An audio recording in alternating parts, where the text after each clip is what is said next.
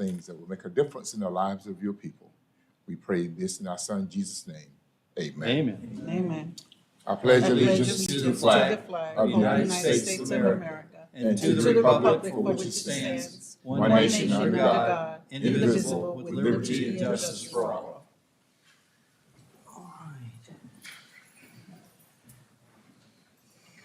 Chief McKinley, let's go.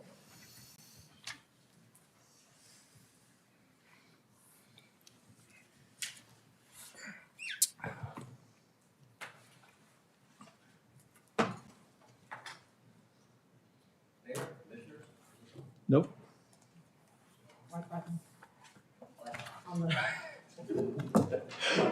All right, starting out with technology challenged already. That's why I asked for technology, so it can help us. But I have those younger kids that can handle all that. So, good evening, Mayor, Commissioners. During each budget cycle, the Apopka Police Department has looked at how to best police the city of Apopka and be physically responsible with our budget. We have looked at technology to help us work smarter with the resources we have. We have also reorganized the agency to try to be more efficient in the services we provide to the community. Based on the changes we make and measurements we rely on, we have submitted our budget and have prepared a presentation to show you our accomplishments, challenges, as well as our needs and our concerns as we prepare for the future. As I proceed through this presentation, please stop me at any point to ask questions if you have any. Our agency and city overview. As the city continues to prepare for rapid and increased growth, the safety of our community will always be a top concern of our residents. An investment in public safety fosters trust, makes citizens feel safe, gets people engaged in their communities, and supports economic activity. Places with lower crime rates are perceived as more desirable and attract visitors, businesses, new residents, and an increased talent pool. When people feel safe, they conduct business in their community and participate in local business, dining, and entertainment offerings. Public safety is a location factor for individuals looking to move into a community and for companies looking to invest in a community. Police Department accomplishments and challenges. Started the Police Department's first Explorer program this year. This program will introduce high school students to law enforcement. We rolled out new and improved body cameras, thanks to y'all's funding. Implemented Fusus to leverage technology to bring our body cameras, city cameras, and other technology into one platform. Completed a radio upgrade to improve communication with other public safety agencies. This also affected the fire department. Awarded approximately $135,000 in grants. Continue to conduct racial intelligence training, de-escalation training, and fair and impartial policing training to ensure our personnel are well-trained and aware of the issues facing the policing profession. Our challenges, although not unique to Apopka, finding qualified applicants for police officer and communication technician positions continues to be very challenging. Competitive pay and benefits continue to be a moving target as agencies continue to make adjustments to attract new personnel. Police Department's accomplishments continued. We had another great year sponsoring over 130 children during our annual Shop with a Cop event, thanks to the support of our community partners and Walmart. Continued our monthly Cookies and Milk with a Cop, thanks to our continued support from McDonald's. Held our annual National Night Out, youth summer camps, women's self-defense classes, Citizens Police Academy, and many other courses to support and interact with our community. Once again this year, with the dedication of our police officers, staff, volunteers, and community, all the events were very successful and brought our community together. Proud of the work and dedication of our personnel. We all should be proud of the way the sworn and civilian members of the Apopka Police Department continue to deal with the challenges and adversities they faced over the last couple of years. They continue to face short staffing levels, requiring them to work longer shifts and more hours in a very difficult job to ensure our community is safe. From me, it continues to be an honor and a privilege to work with each and every one of them. This slide shows the city's population and consistent growth over the last 18 years. The 2023 growth is an estimate based on an average of 1,329 new residents increase annually since 2005. The city continues to grow at a steady and fast pace. Not only is Apopka the third largest city in the area, with this growth, out of 267 cities in Florida, Apopka has become the 53rd largest city according to Wikipedia. Apopka continues to grow rapidly. In 2010, there were 15,707 households in Apopka. In 2022, it is estimated that the number of households had increased to 21,044. This represents a 34% increase in the number of households in the city. The 2010 census showed a population in Apopka of 41,542. As of December 2022, the City of Apopka's Community Development Department estimated the population of Apopka at 57,390 residents. This is an increase of 15,848 residents since 2010. This represents a 38% increase in our residential population in the past 12 years. This does not include commercial and industrial growth during the same period. Currently, according to the Community Development Department, there are 11,366 dwelling units planned or under construction in the city of Apopka. This is up from 9,900 dwelling units planned or under construction just last year and up from 7,270 the year before. Based on the city's Community Development Unit, in April of 2022, the average household had 2.72 persons living in it. The residential growth will add an estimated 30,915 new residents to the city of Apopka over the next several years. This is up from an estimated 27,000 new residents just last year. Although some of the development used to compile these numbers may have been completed by now, we have not added any additional authorized positions to the police department since they were planned or completed. During DRC meetings, the developers of Kelly Park Crossing anticipate a large portion of the new developments to be completed in the next 5 to 8 years. The city continues to modify the future land use within the city and permits for rezoning that allows for denser growth. As a result, we are experiencing an increase in apartment complexes and townhomes. All this growth is going to continue to tax the already limited resources of the Apopka Police Department if not planned for appropriately. The new approved and planned growth will require an additional 72 police officers when it is complete if we wish to try to reach and maintain the state per capita average of police officers per 1,000 residents. This chart shows the Apopka Police Department's authorized numbers since fiscal year 08-09. As you can see, the growth of the police department continues to be nominal compared to the city's population growth and increase in square miles. Since fiscal year 15-16, we have added 24 authorized police officer positions to the police department. It's authorized numbers. However, with the city's growth over the same period of time, we should have added an additional 15 positions in order to achieve the state average of 2.33 officers per 1,000 residents. Our lack of growth in the police department is hindering professional growth for our officers and civilian personnel as it inhibits additional promotional opportunities as well as diverse career opportunities. This stagnant growth makes it difficult in our recruiting efforts, affects morale within the agency, and affects the services we provide to our community. This chart shows a ratio of officers per 1,000 residents for many of the local agencies. The state average of officers per 1,000 residents is 2.33, which remains down from 2.43 2 years ago. This decrease is most likely due to the vacant positions that exist in many agencies across the state. As noted in the graph, the local agency average ratio of officers per 1,000 residents is 2.31, which is slightly lower than the state average.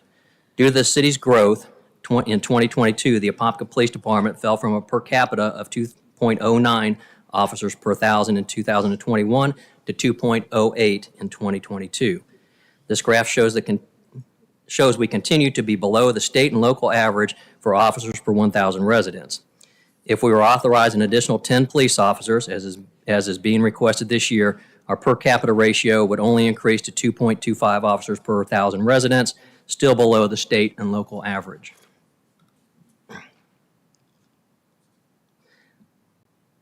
Local cities by square mile. When looking at the need for additional sworn positions, we don't just look at one data set. It is also important that we look at the area of responsibility and coverage of the police department. The city of Apopka spans almost 36 square miles. This chart shows a comparison of the square miles for several local cities. The average square miles for the cities listed is 21.87. As you can see, at almost 36 square miles, we have the third largest service area among the agencies listed. This slide shows how many officers each city has per square mile of service area. As seen on the slide, not only do we have one of the lowest per capitas in the area, we also have one of the lowest officers per square mile ratios among the agencies listed. Even by adding 10 new officers this year, we will still be well below the local average of officers per square mile. Response times, for reference, priority 1 calls for service are emergency calls for service, and priority 3 are routine calls for service. Priority 2 calls for service are not used by our CAD system and are sometimes mislabeled, but would be similar to a non-emergency dispatch. This slide compares our response times from 2021 to 2022 for each priority type of call for service. As of note, our dispatch calls for service continue to increase, which can be expected to continue as the city grows. As you can see from the chart, our response times for priority 2 and 3 calls for service increased again in 2022. This is the third year in a row. Our priority 1 response times are down slightly in 2022. Our uniform crime reporting. I will tell you, before I get into this, you've probably read in the news that the FBI is changing from uniform crime reporting to incident-based reporting, or NIBRS, a National Incident-Based Reporting System. We were supposed to be there by October of last year. Nobody is there. The data is not prepared to be submitted, so we had to go back and recreate our UCR data. I think it's pretty accurate. I'm not going to tell you it's 110% accurate because of having to go back and recall that data until the FBI gets us into NIBRS reporting. Our uniform crime reporting for the Part 1 crimes shows in 2022, violent crime rose by 31%, or an additional 78 violent crimes for the year. The rise in violent crime was a trend seen across the country in 2022.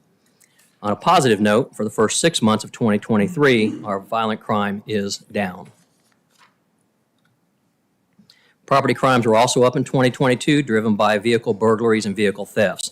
The vehicle thefts can be attributed to the theft of Kia and Hyundai vehicles due to the YouTube video that shows people how to steal them. Unfortunately, the auto theft and auto burglary trends are continuing in 2023. In 2022, we also saw a significant increase in the theft of catalytic converters, which was also a trend occurring around the country. Overall, crime in Apopka was up 26%, or an additional 395 reported crimes in 2022 over 2021. Our FY 23-24 budget request, we are currently authorized 122 sworn positions. However, if we intend to improve our per capita and our officer per square mile ratios to be closer aligned with the state average and surrounding agencies, we must continue to add additional police officers. We are requesting 10 additional authorized positions for FY 23-24. Although we are currently 11 vacancies to fill, we're requesting the additional officers to be added to our authorized numbers so we have a clear indication of how many sworn personnel the police department should have. Currently, we have 2 sponsored police officers in the Law Enforcement Academy and 2 certified officers expected to start within the next month. These additional 10 authorized officers with salary, equipment, and vehicles will cost approximately $1.4 million. In order to obtain the state per capita average of 2.33 officers per 1,000 residents, our authorized sworn positions should be approximately 136. These 10 additional officers will only bring us to 132 sworn positions. In March of 2022, as you recall, the Architectural Design Group staff study that was conducted during the Public Safety Building Needs Assessment confirmed our authorized numbers in 2022 should have been at 136 sworn officers. Starting pay, recruitment and retention challenges, starting pay, longevity pay, PTO accruals, shift differential pay, educational assistant assignment pays, and specialty pays, are becoming non-competitive or are not currently provided to our personnel. Last year, you all approved wage adjustments for most of the police department personnel in order to help us remain competitive with other agencies in the area. Unfortunately, after our budget was approved, many agencies surpassed us in pay for sworn officers and communications technicians. We are now competing locally, regionally, and across the state for qualified applicants, and our recruiters are traveling across the state to find recruits. Recruits in our hiring process are being picked up by other agencies with higher pay. Some agencies are actually using their union contract to attract new recruits, as they can guarantee what their starting salary pay will be over the next couple of years. Most of them in the local area have a 3-year contract that goes out to 24-25 fiscal year, and I'll get into that a little bit more in a minute. Our experienced, highly trained personnel are sought after by other agencies, especially larger ones. Larger agencies offer benefits other than higher pay. They offer the opportunity for a more diverse career. Off-duty opportunities are higher at larger agencies, increasing an officer's annual salary. Our hiring challenges. The law enforcement profession has changed over the past several years, resulting in fewer applicants and fewer police academy graduates. Our current starting salary for police officers is $51,027, up from $46,000 in 2021. Unfortunately, we have fallen out of the market even after making this adjustment. Falling back out of market is making recruiting difficult. Currently, we have 11 police officer vacancies. Current salaries for police officers and communications technicians if not addressed again this year and will make retention and recruiting even more difficult in fiscal year 23-24. Again this year, the salary information and data in the following sections of the presentation were obtained from a survey developed and sent out by the Apopka Police Department in April of 23. The survey was sent to law enforcement agencies in Orange, Osceola, Seminole, Volusia, Lake, and Brevard counties. Of the 60 agencies the survey was sent to, 31 responded. Unfortunately, this is a little less than responded last year to the survey. However, it is still a good response for a survey rate. Agency demographic and comparisons. As you can see from the information on this slide, other than the listed sheriff's offices, the Apopka Police Department serves the third largest community as it relates to population in square miles. When it comes to police departments, we are only behind the Orlando Police Department and the Kissimmee Police Department. Competitive and challenging and changing market. Changes to the Florida retirement system. I bring this up because we always talk about our benefits. The recent changes that took effect July 1st of 2023 of the Florida retirement system restored retirement benefits back to the 2011 and improved other benefits. Restored the retirement age to 55 from 65 or at an age of with 25 years of service or at any age after 25 years of service with special risk class. It increased drop from 5 to 8 years, which matches ours now. Increased the drop interest rate from 1.3% to 4% on drop accumulations held on or after July 1st, 2023. So with their drop, they have a guaranteed interest rate of 4%. We don't have a guaranteed, it's based on the market. Increased the employer paid contributions to the investment plan member accounts by 2% of the member's compensation. Increases the monthly retirement health insurance subsidy from $5 to $7.50 for each year of the recipient service. The maximum HIS is $225 per month, or they're providing $2,700 annually to offset some of the insurance cost. They restored the 3% COLA effective January 1st, 2023, and as you all know, that's huge. Many agencies allow personnel to accrue an established amount of compensatory time. As an example, the Orange County Sheriff's Office allows personnel to accrue up to 160 hours of compensatory time. Educational assistance, providing reimbursement of 100% of tuition and books up to an established maximum. The Orlando Police Department provides up to $1,800 annually, and the Orange County Sheriff's Office provides up to $2,000 annually for people to attend college. Overtime begins after 82 hours worked in an established 14-day cycle at many of the agencies. The City of Apopka works off a 28-day cycle, and overtime starts after the employee works over 171 hours during that 28-day cycle. Improved specialty pay and assignment pay. Many agencies provide assignment pays or specialty pays between $900 a year up to $1,380 a year. We're requesting to modify our incentive pay, which is $500 annually, to establish assignment pays and specialty pays in the amount of $1,000 annually, and allow our personnel to receive one specialty pay and one assignment pay if they work in an assignment or specialty unit that receives the pay. Off-duty opportunities and rates. There are not many off-duty opportunities within the City of Apopka, so our personnel work off-duty in other jurisdictions such as Orlando and UCF. Some off-duty jobs offered to other agency personnel range from $60 an hour to $100 an hour, while our officers have an opportunity to work in those jurisdictions at the lowest paying rates because their officers take the higher paying rates first. Chief. Yes. Take a breath. Can you go back one slide? Oh, I'm on a roll. I just want You just interrupted my whole aura here. The second to last bullet, you're gonna have to put it in layman's terms because I don't understand what that means. Specialty and assignment pay and all that good stuff. I'm going to explain it later. Okay. Okay. Got it. I have a slide on it. I was on such a roll. There you go. I'm I didn't have my crystal ball. I'm trying not to hold us here, with my 600 slides all night long. Okay. So. My lips are sealed. Some mid-year adjustments that we did make for our personnel this year. First off, we reorganized the agency to prepare for the future in our succession planning. We did add a new division within the department to cover some of our succession planning and our future needs. We increased field training officer and communications training officer incentive pay from $500 to $1,000. This was done to help retain training officers due to the number of personnel we have been hiring. Began shift differential pay for police officers and communications technicians working evening shift and midnight shift, an additional $2,080 a year for midnight shift, and an additional $1,040 per year for evening shift. So basically it came down to $1 an hour more for midnight shift and 50 cents an hour for evening shift. to work those shifts. That's consistent with the agencies around us that provide shift differential pay. It's made us competitive with the surrounding areas. Starting salaries. Had to throw this up there. I'm sure you all have heard the Leesburg Police Department just went to $61,000 for a police officer. Now, I'm going to try to explain this and put things into perspective real quick. People either work 2,080 annual hours or they work 2,184 annual hours, but depending on whether or not they're on an 8 or 10-hour shift or a 12-hour shift. Leesburg is on a 2,200 shift because they pay 2 hours of overtime each pay period. So as I go through the presentation and show you salaries, there are some adjustments that I didn't make to some of those hours just because it becomes quite complicated. For example, the city of Maitland is on 12-hour shifts, so they work 2,184 hours, but when they leave and go to CID, so they don't take a pay cut because now they're working 2,080 hours, they get a stipend to offset that amount. So it becomes very confusing as to how they're managing these annual pays.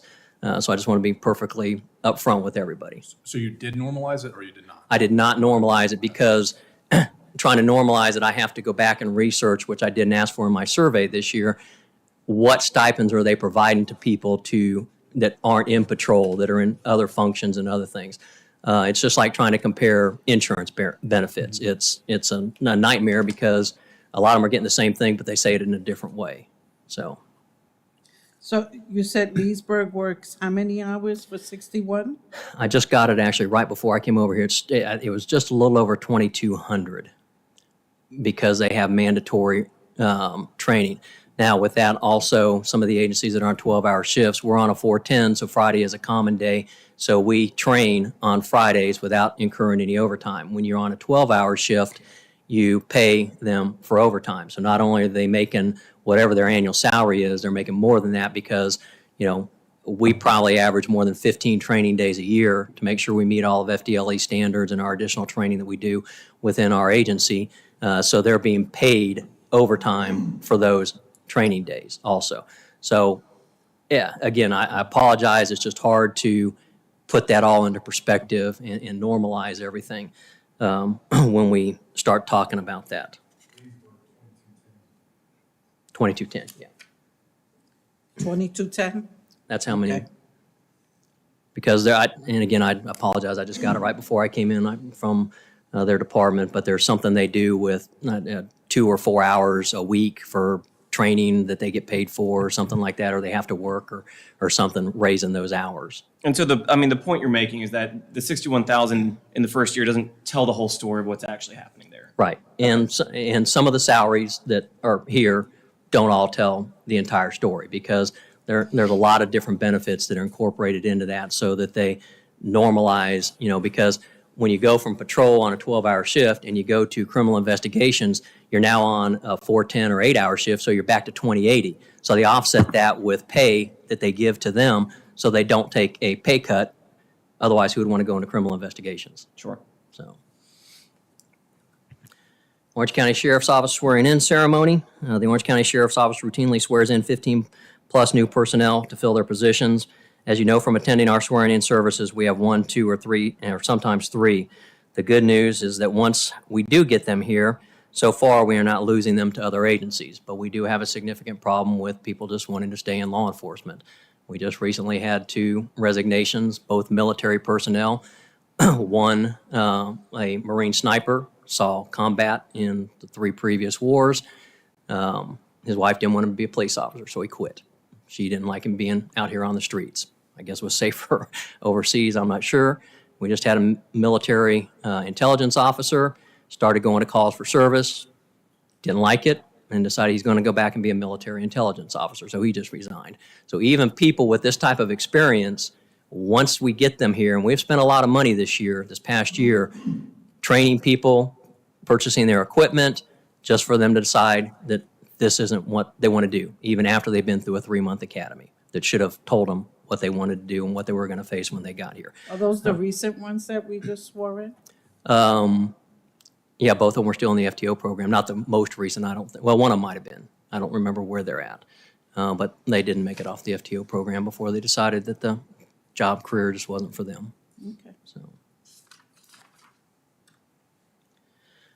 We're a young department, currently 53%, which is up from 51% last year, of our police officers, if all authorized positions were filled, have less than 5 years of experience. These officers are not vested in the retirement system and will often change careers for an opportunity to increase their salary, benefits, and opportunities. Notice I didn't say retirement because most of them don't care about their retirement when they first enter into the career, unless they're a little bit older when they come into the career. Approximately 20% of our police officers of all authorized positions were filled have between 5 and 10 years of experience. This means approximately 73% of our police officers have less than 10 years experience. These officers are well-trained and experienced, as well as sought after by larger, better-paying agencies. Starting salary for police officers. We're up to $51,000. As I mentioned, we were up there at the top when we went to $51,000. We're no longer at the top. We got a 9.49, roughly 9.5% raise last year across the board for the police officers. You can see what some of the other agencies have gotten. They're all within that 9 to 12% range, down to 8.5. Also, OPD starting pay by their contract. I mentioned that some of the agencies are starting to hire recruits by using their contract as leverage, saying that you're guaranteed this by our contract for the next 3 years. Starting pay for OPD in FY 24-25 will be $57,000 by contract. Orange County Sheriff's Office will be $57,300 by contract. So we're going to be chasing this salary thing for a little bit to stay competitive. Starting salaries for sergeant, that's where we fall. Starting pay for lieutenants is down. Captain, deputy police chief, and police chief.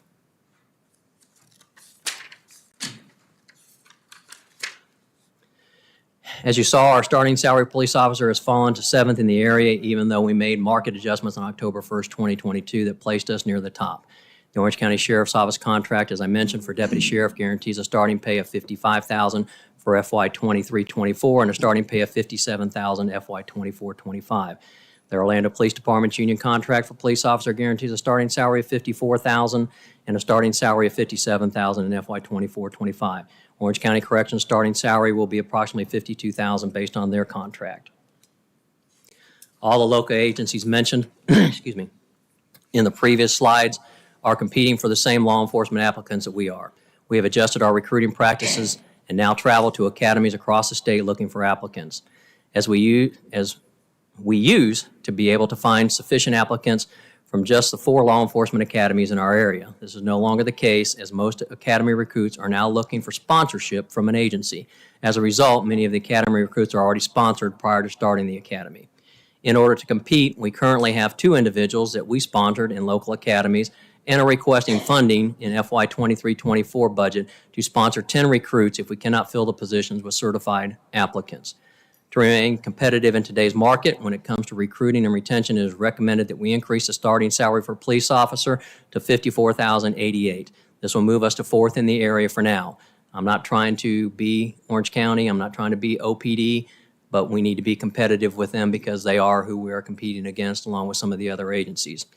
This is a 6% increase from the current starting salary of $51,000. And will make us competitive for now. Unfortunately, we do not know what the starting salary will be on October 1st, 2023 for many of the agencies listed in the previous charts and around us because they don't have a union just like we don't have a union, so I don't know where they're going to go. I know that Winter Park is going up 4% at a minimum, talking to their chief yesterday. Ocoee does have a contract. I talked to their chief yesterday. They have a reopener in their contract, and she is considering requesting that they reopen their contract to improve their salaries before they fall out of market. Our top-out pay, we didn't address top-out pay last year. We're still not bad, but we are falling out of the market. And in FY 24-25, OPD is going to be at 95, and the Sheriff's Office is going to be up to 91,748. So we are going to start falling out of the market when it comes to top-out pay for police officers. As you saw from the previous slide, we fell from top this fiscal year and are beginning to drop down the list. In order to address this, we are recommending changes to the top-out pay for sworn personnel. The new proposed pay scale for police officer incorporates a 12% increase in the top-out pay for police officers, a 10% increase in top-out pay for lead police officer and sergeants, and a 5% increase in top-out pay for lieutenants. These adjustments work to create a consistent spread between the ranks. The remaining ranks' top-out pay would increase by 6% to avoid compression issues. These adjustments will keep our top-out pay competitive for at least FY 23-24. The difference in the increases from the 12% to the 5% is we have some discrepancies in our current pay plan. Most of them are a 10% gap in most of the pay plans. We have some that were at 11, some that were at 15 between lieutenant and captain was a big jump. So I'm trying to normalize those, and that's why some of the raises aren't as big, to try to normalize what we have as a difference between our pay grades. This is the proposed pay plan for our sworn personnel. Increase the starting pay by 6% and apply across the board to prevent compression issues. Increase top out through the rank of sergeant by 12% and 6% for all the ranks. Keeps us in the market for the next fiscal year. Our communications center. As you will see, the starting salary adjustments we made last year for communications technician did not keep up in the market. Many agencies made wage adjustments during this fiscal year to try to attract applicants. The communications technicians at the Apopka Police Department are trained in every facet related to the 911 call dispatch center. They must be able to answer emergency and non-emergency calls for service, dispatch calls for service, handle teletype, dispatch for other agencies, Maitland and Eatonville, as well as dispatch for our fire department. This is unique from the surrounding dispatch centers in that other agencies' dispatchers often have their personnel specialize in each position and are not required to be trained in all positions as Apopka dispatchers are. The majority of communications centers specialize in police or fire, but not both. Communications technicians have to work nights, weekends, and holidays. Currently, due to staffing shortages, they are working between 50 and 60 hours a week. If we lose any more personnel in the communications center, we will add to our personnel's already overworked schedule and lead to additional morale issues. If we do not keep their salaries competitive with the other agencies, they will be pursued by other agencies due to their skills and training. Currently, we have 9 vacancies in the communications center. You have 9 vacancies? Yes, ma'am. The good news is we have 8 applicants. The bad news is probably half of them won't make it through the process. You have how many? We have 8 applicants that we're processing. We usually lose about half of them.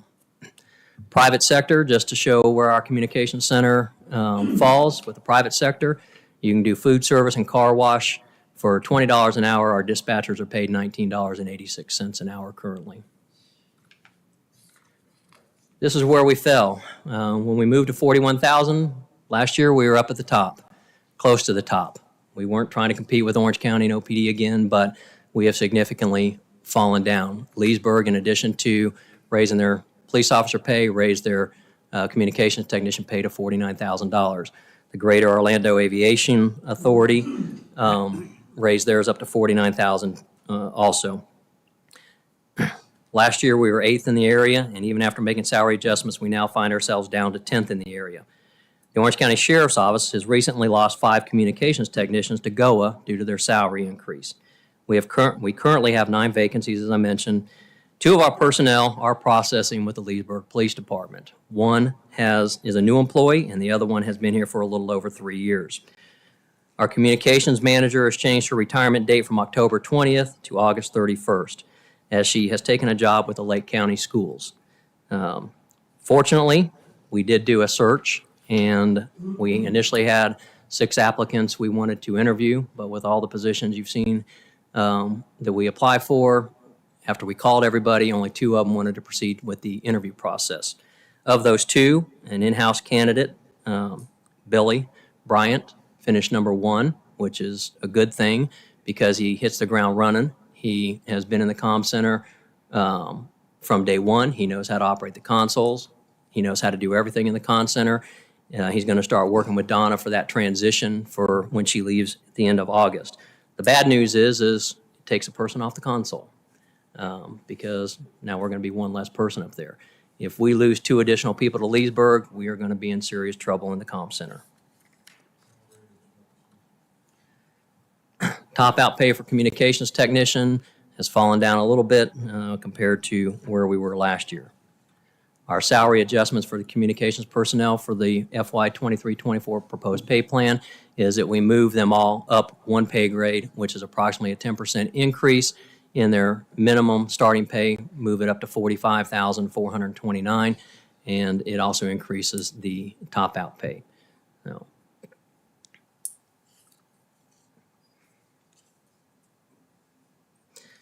I'm going to stress again that I don't know where the other agencies are going October 1st. I am concerned that this may not be high enough. Orange County Sheriff's Office, when asked where they're going in their communication center, will only say at this time it's going to be significant. Whether that means they don't know where they're going or they don't want to tell us where they're going, I don't know, but I think we're going to have some challenges throughout the entire year next year with our communication salaries to make sure that we remain competitive and fill the vacancies that we currently have and start relieving them of some of the overtime that they work.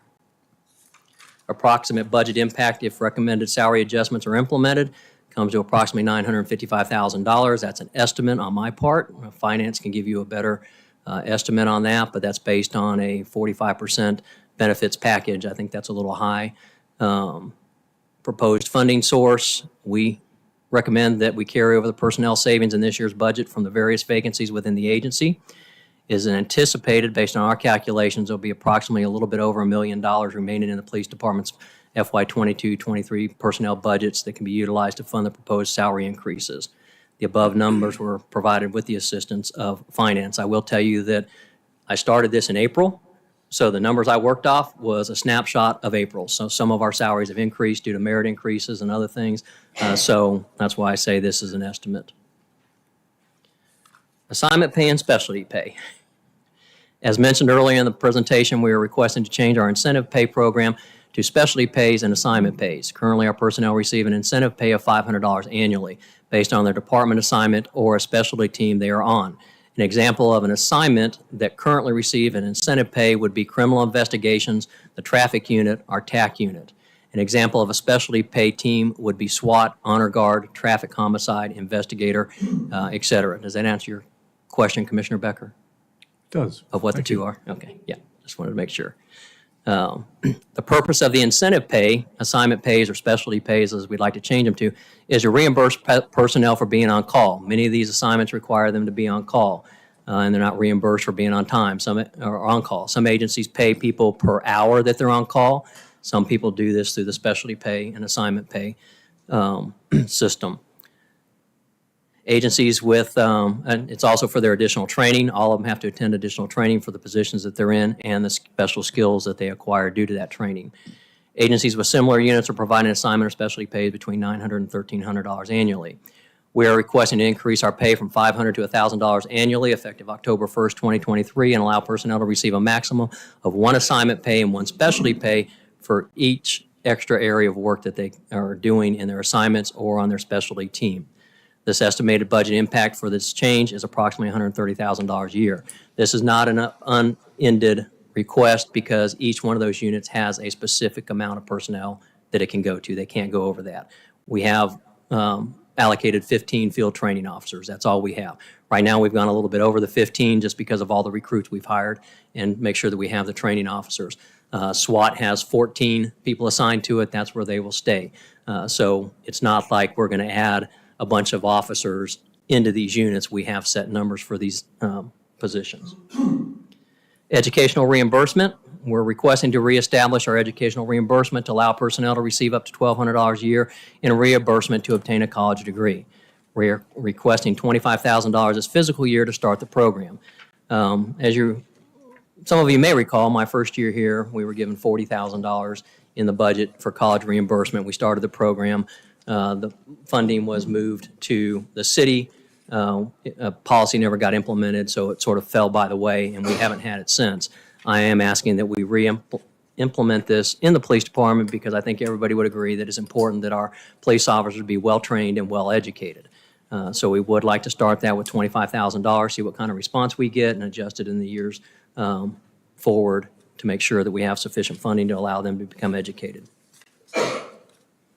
Personnel request, we're requesting 10 additional authorized sworn police officer positions, taking our authorized number from for sworn police officers to 132. We're requesting an assistant records supervisor for succession planning. Right now, Dina runs the records unit. When she's gone, we don't have anybody to supervise it. We need to start training somebody because if Dina decides to retire, we don't have anybody that's close to ready to step into her shoes.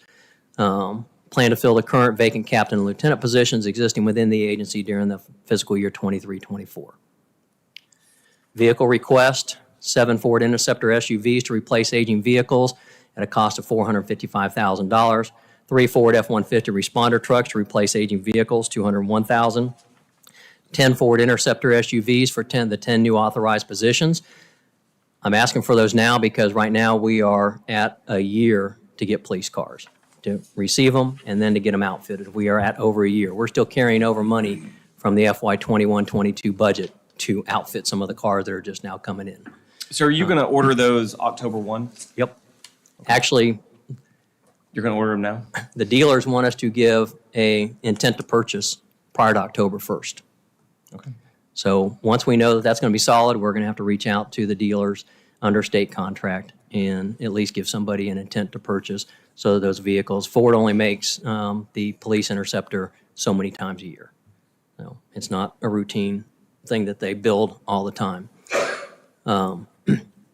4 to be determined unmarked vehicles at a cost of $200,000.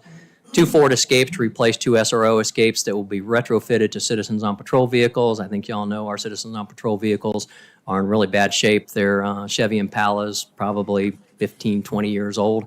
We've already replaced 2 of them with outgoing vehicles. We'd like to replace 2 more. This is the cheapest way to do it and give them the ones that our SRO vehicles don't get driven a lot. They have low mileage. They're in good shape. So we're just going to take the striping, police striping off of them. We're going to return our SRO vehicles over time back to the traditional police marking. So when they're sitting in front of the school, they have a traditional Apopka Police Department marking, not the fancy marking that they currently have. Nothing's wrong with it. I just think that we'd like to make sure that all of our vehicles are consistent when it comes to where our patrol personnel are. We are going to purchase 1 Chevy Traverse to replace a DEA rental vehicle. Currently, we lease a vehicle through a DEA contract. That lease has gotten so expensive, it's much cheaper for us to go out and buy a car than pay for that lease. So we've already let the lease go. We have him in a temporary vehicle, but it will be outfitted for our new K-9 Artemis. Total vehicle request cost is approximately $1.6 million. Real quick before you keep on going. All the stuff that's in this presentation, is this already in the budget? Yes, sir. It's in our submitted budget, yes, sir. Okay. And it's my Accounted understanding, for on you. Okay. it's my understanding it's still in the budget. Got it. All this equipment and stuff that Can you turn your mic on? the vehicles and everything that he's referring to is in the budget. In regards to the salary adjustment, that's a set aside. We do have funds set aside for overall city salary adjustments. Got it. So I'm going to use, because I'm trying to reconcile the columns here. So like, I'll just use one of the things that he mentioned, the $25,000 college reimbursement. I see the line item there, and it's under the proposed budget details. There's 4 columns here. What's the difference between the 4 columns? The first column, I just want to make sure I'm the following first this. column is the base budget. In other words, we put in a base for them to start. You can hear me now?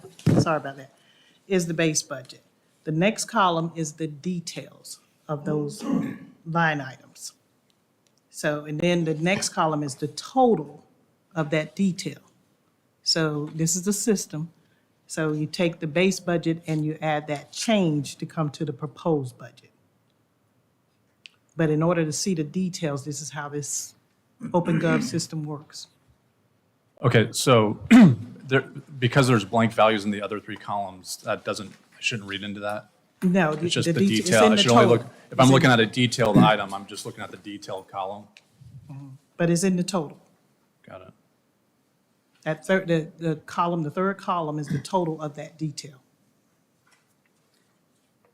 And Commissioner, I'm not going to go through my individual budget per se, because if you get down to the details, like every year on our line items, I have included why there's an increase, why there's a decrease, why it's removed, and everything else. So that detail is in my budget like it has been for the last 8 years, explaining that, our vendors have told us that we can expect an 8 to 10% increase next year. So when those vendors have told us that, we've increased some of those prices by 10%. Whether or not it's in what you're getting out of Open Government, I can't tell you that. I'm as confused as you are by reading that report, to be honest with you. But Because well, this is the time to do it, right? We're in a workshop, so I want to make sure that things tick and tie. And when we want, I guess the high-level answer you've already satisfied. It's all the things that you're talking through here. Our assumption is, as you're going through the presentation, these are all approved, or you wouldn't be presenting it to us. yes, sir. We met with Ms. Sherman after we submitted our budget to go over everything with her and the mayor and explain why we were at where we're at. And it's my understanding that everything that we discussed, Everything except for the personnel cost, which that funding has been set aside. If you approve it, it should be there. Got it. Our future needs, I bring this forward just to make sure that, we start having discussions. We are going to need in the next 5 years, or probably in 5 years, a police training facility that incorporates an indoor range, a driving course, a fitness course, canine training facility, and enhanced training simulator.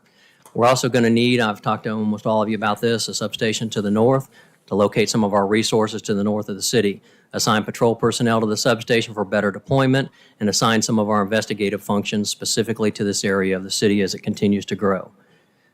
My recommendations for both of these is that we set aside approximately 10 acres that's at the Gillum Training Center that's treed right now. That way we can incorporate what the fire department's doing with their regional training center and what the police department's training center would be, all in one location located in the city. For the proposed substation, I think there is approximately 4 acres across from Station 5. We could have a little public safety complex there on Brush. no, not Brush, Firehouse Lane, which I think should be changed to Public Safety Drive once we do this, just for the record, just saying. Had to take a chance at it anyways. But really what I'm trying to get to is make sure that you understand that we have some serious needs coming up in the next 5 to 8 years, and we need to start planning for that. We need to start looking for those locations. Property's not getting cheaper. The city has some property. I did talk to Radley, the Parks and Rec director. He's okay with that location if that's where we decide to set aside for that. He's building his tennis courts off of Brush Drive, and so it is a location that is feasible, as well as it appears that the Gillum Training Center property in 10 acres should be sufficient to build a training center there. Our indoor range, our current range is a struggle. We can only shoot there Monday through Friday, 8 to 5. We send our midnight shift to shoot straight, to do low light shooting, because those are the conditions they work in. We get complaints all the time about our shooting at the range from all the subdivisions that have developed around the range. We're going to have to move it in the near future, sooner than later. So with that, thank you. I'm happy to answer any questions you have at this time. Any questions for the chief? Well, no, I mean, you answered the question. Everything that you presented has already been okayed in the budget for you. With the exception, I'm going to repeat what the Ms. personnel. Ms. Sherman said, with the exception of the roughly $950,000 for increases in police salaries and communications technician salaries.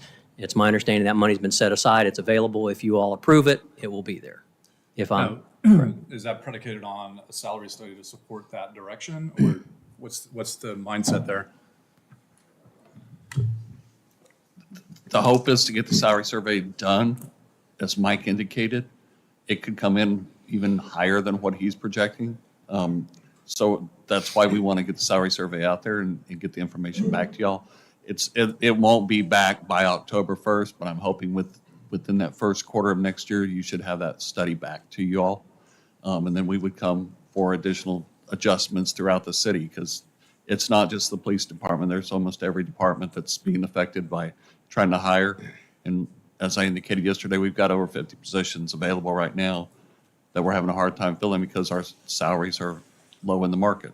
And on that end, I mean, shouldn't we just have a policy where we do salary studies every 2 years or 3 years and just take all the guesswork out of it and just make sure that these things are done? And I agree with you, Mayor, or excuse me, Commissioner Becker. I like that 40 and slip there. Just kidding. The common rule for the city has been every 5 years. It does need to be moved up as long as the market stays as hot as it is. With hiring, I think the 5 years is not a good rule right now. I did discuss this actually last year with Edward, and he was using the common practice of every 5 years. But we're not actually due till year after next, but I did talk to the mayor, and I felt that it was important that we put it out there this year and try to bring us back into the marketplace. When was the last time? Now, you if the did a commission wants study? to give direction to staff that you want it every 2 to 3 years, I'll be more than happy to pass it on to my, 2019 was our last one.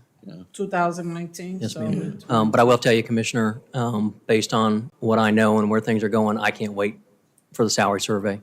If we don't make changes October 1st, we're going to be in trouble, especially in our communications center. Yeah, that's why. And how much do we have allocated for the salary survey? What's the general cost of that? In this budget, I think they put about 80,000. I think Joe put. 60 or 80? I mean, to do something like that every couple of years, I think is worthwhile. Yeah, and I think that, when I spent years in HR at the sheriff's office, I think the common practice was 5 years, but we're in unusual times. I've never seen police salaries and communication salaries skyrocket like this. In talking to the mayor, I think that you're going to be looking at somewhere in the low 60s for it to probably level out, somewhere in the 50s for the comm center to probably level out. Everybody always jokes that they wouldn't do what we do for the pay that we get, and we are worth more than what we get, and maybe the market's just finally adjusting itself. I mean, Mike can also verify, I mean, Tampa's in the process of making an 18.3 adjustment to their police officers, so it's not an uncommon thing right now in the market. Yeah, because I would want, it's not just a matter of isolating yourself to base pay or beginning pay. Really, from our perspective, it's really, what does the full compensation package look like for Exactly. the city of Apopka? And we're not very good at telling that story because, to your point before, when you first get the position, you're not necessarily looking at retirement, but you also have to consider that because our pension benefit is very good. And so the total compensation package needs to be articulated. But when we do a salary study, it's not just the beginning or top out and et cetera, but what is the impact of having a 6%, just almost automatic annual personnel cost increase year over year? Because again, when we look at property taxes, that's a small lever. That's only, if you look at general fund specifically, our property tax is only 30% of that expenditure. When you apply it to the entire budget, it's 13%. So you can only do so much with property taxes when you're talking about that. And then obviously the long-term pension benefit of that is something that needs to be considered too. So And the survey that I'm proposing is not just a salary, it's salary and benefit study to make sure we're in the market where we need to be. got it. And then there's numerous challenges because, like I said earlier, law enforcement isn't all 410s. It's not all straight 12 hours. The sheriff's office is on 12 hours, but they work 1 8 hour so that they're at 80 hours every 2 weeks. Some agencies work the 21, 48 or whatever it was, hours per year, and they're compensated in that way. We work 2,080. And I agree with you. All those things need to be taken into consideration so that you can compare apples to apples. But to be honest with you, I'm not sure you're going to be able to. Insurance is all different. What your deductibles are, what your co-pays are, what your those things are, the retirement system. we're comparing apples. It's just apple pie versus apple cobbler or something. It's the Right. same wheelhouse, but yeah. totally get And that. I mean, we have shown our employees over the last couple of years how, one thing they don't realize is how much of their insurance premium the city actually pays. We show that to them so that they understand, the city's paying 3/4 or whatever the percentage is of your health insurance, and you're only paying this amount of it. They don't understand that. Recently, through Voya and discussions with them, we changed our deferred comp contributions from you can either make a defined amount or you can make a percentage.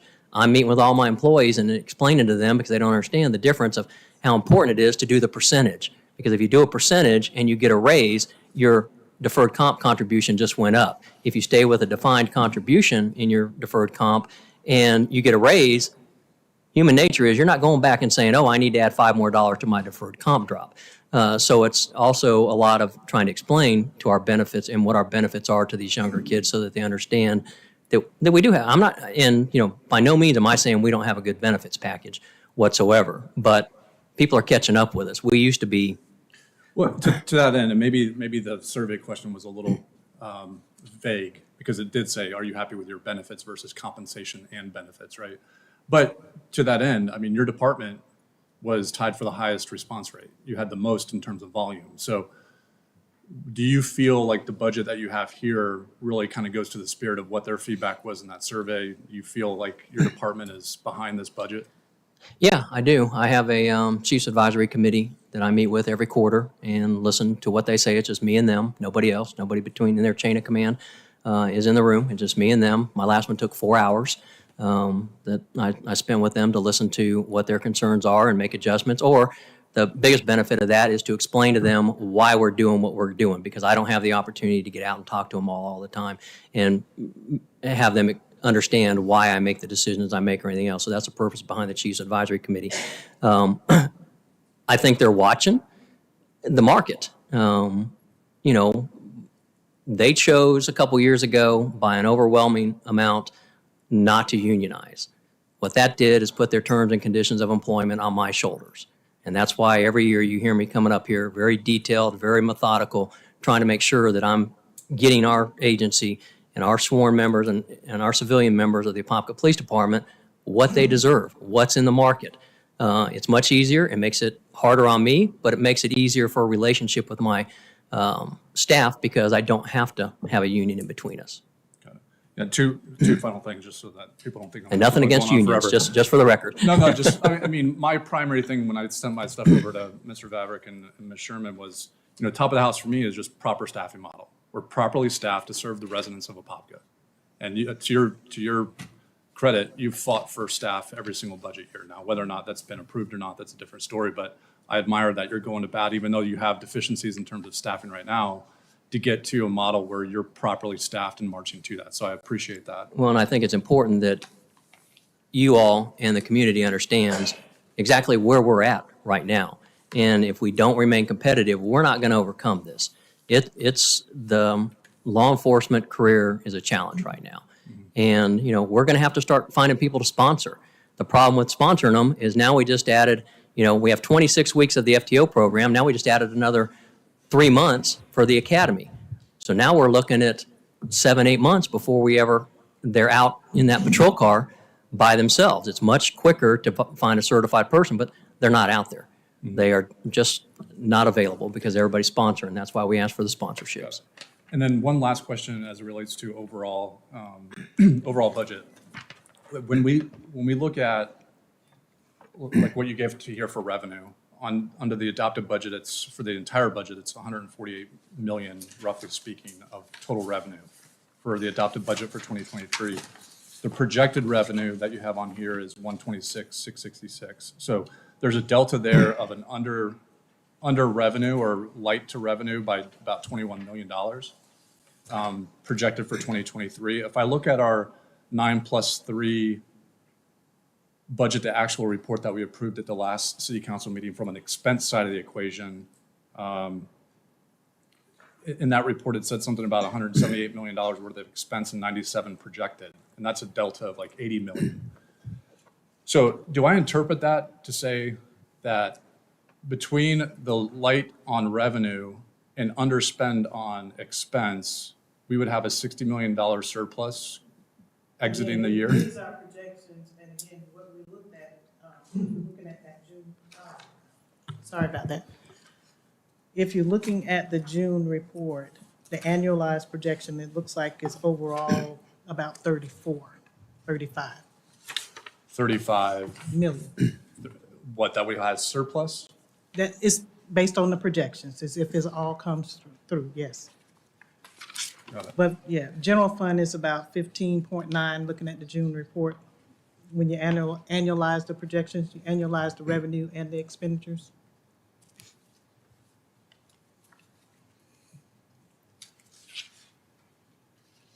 Now, some of these projections are a little slightly different in here because they were kind of updated a little bit based on more recent information that you have in your revenue. But generally speaking, we're going to underspend expenses in 2023, partly with positions that were unfulfilled, Yes. but generally speaking, we had almost full staff.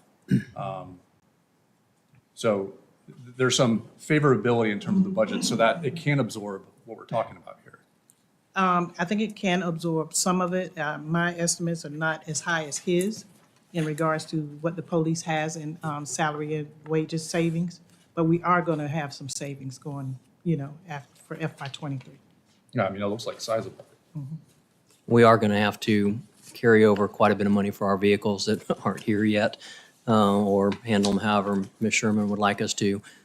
We do have numerous ones, and like I said, we're still carrying over stuff from FY '21, '22, waiting for the vehicles to get here. I came back to y'all, I think, over a year ago for a crime scene van, year and a half ago. It just came in. It just hit the ground. We just sent it over to Dana to be outfitted. And that's our challenge with our vehicles right now is the time lane. And so we are carrying over. So a lot of the money that you see in our budget is probably going to be carried over for some of that. Obviously, the personnel expenses will be what they are because of our vacancies. Any other Commissioner, questions? That's being seen with all the vehicles, just so you know. The fire department's in the same situation. I mean, what they order today won't be available for 2 to 3 years. So. Any other questions? Mr. Smith?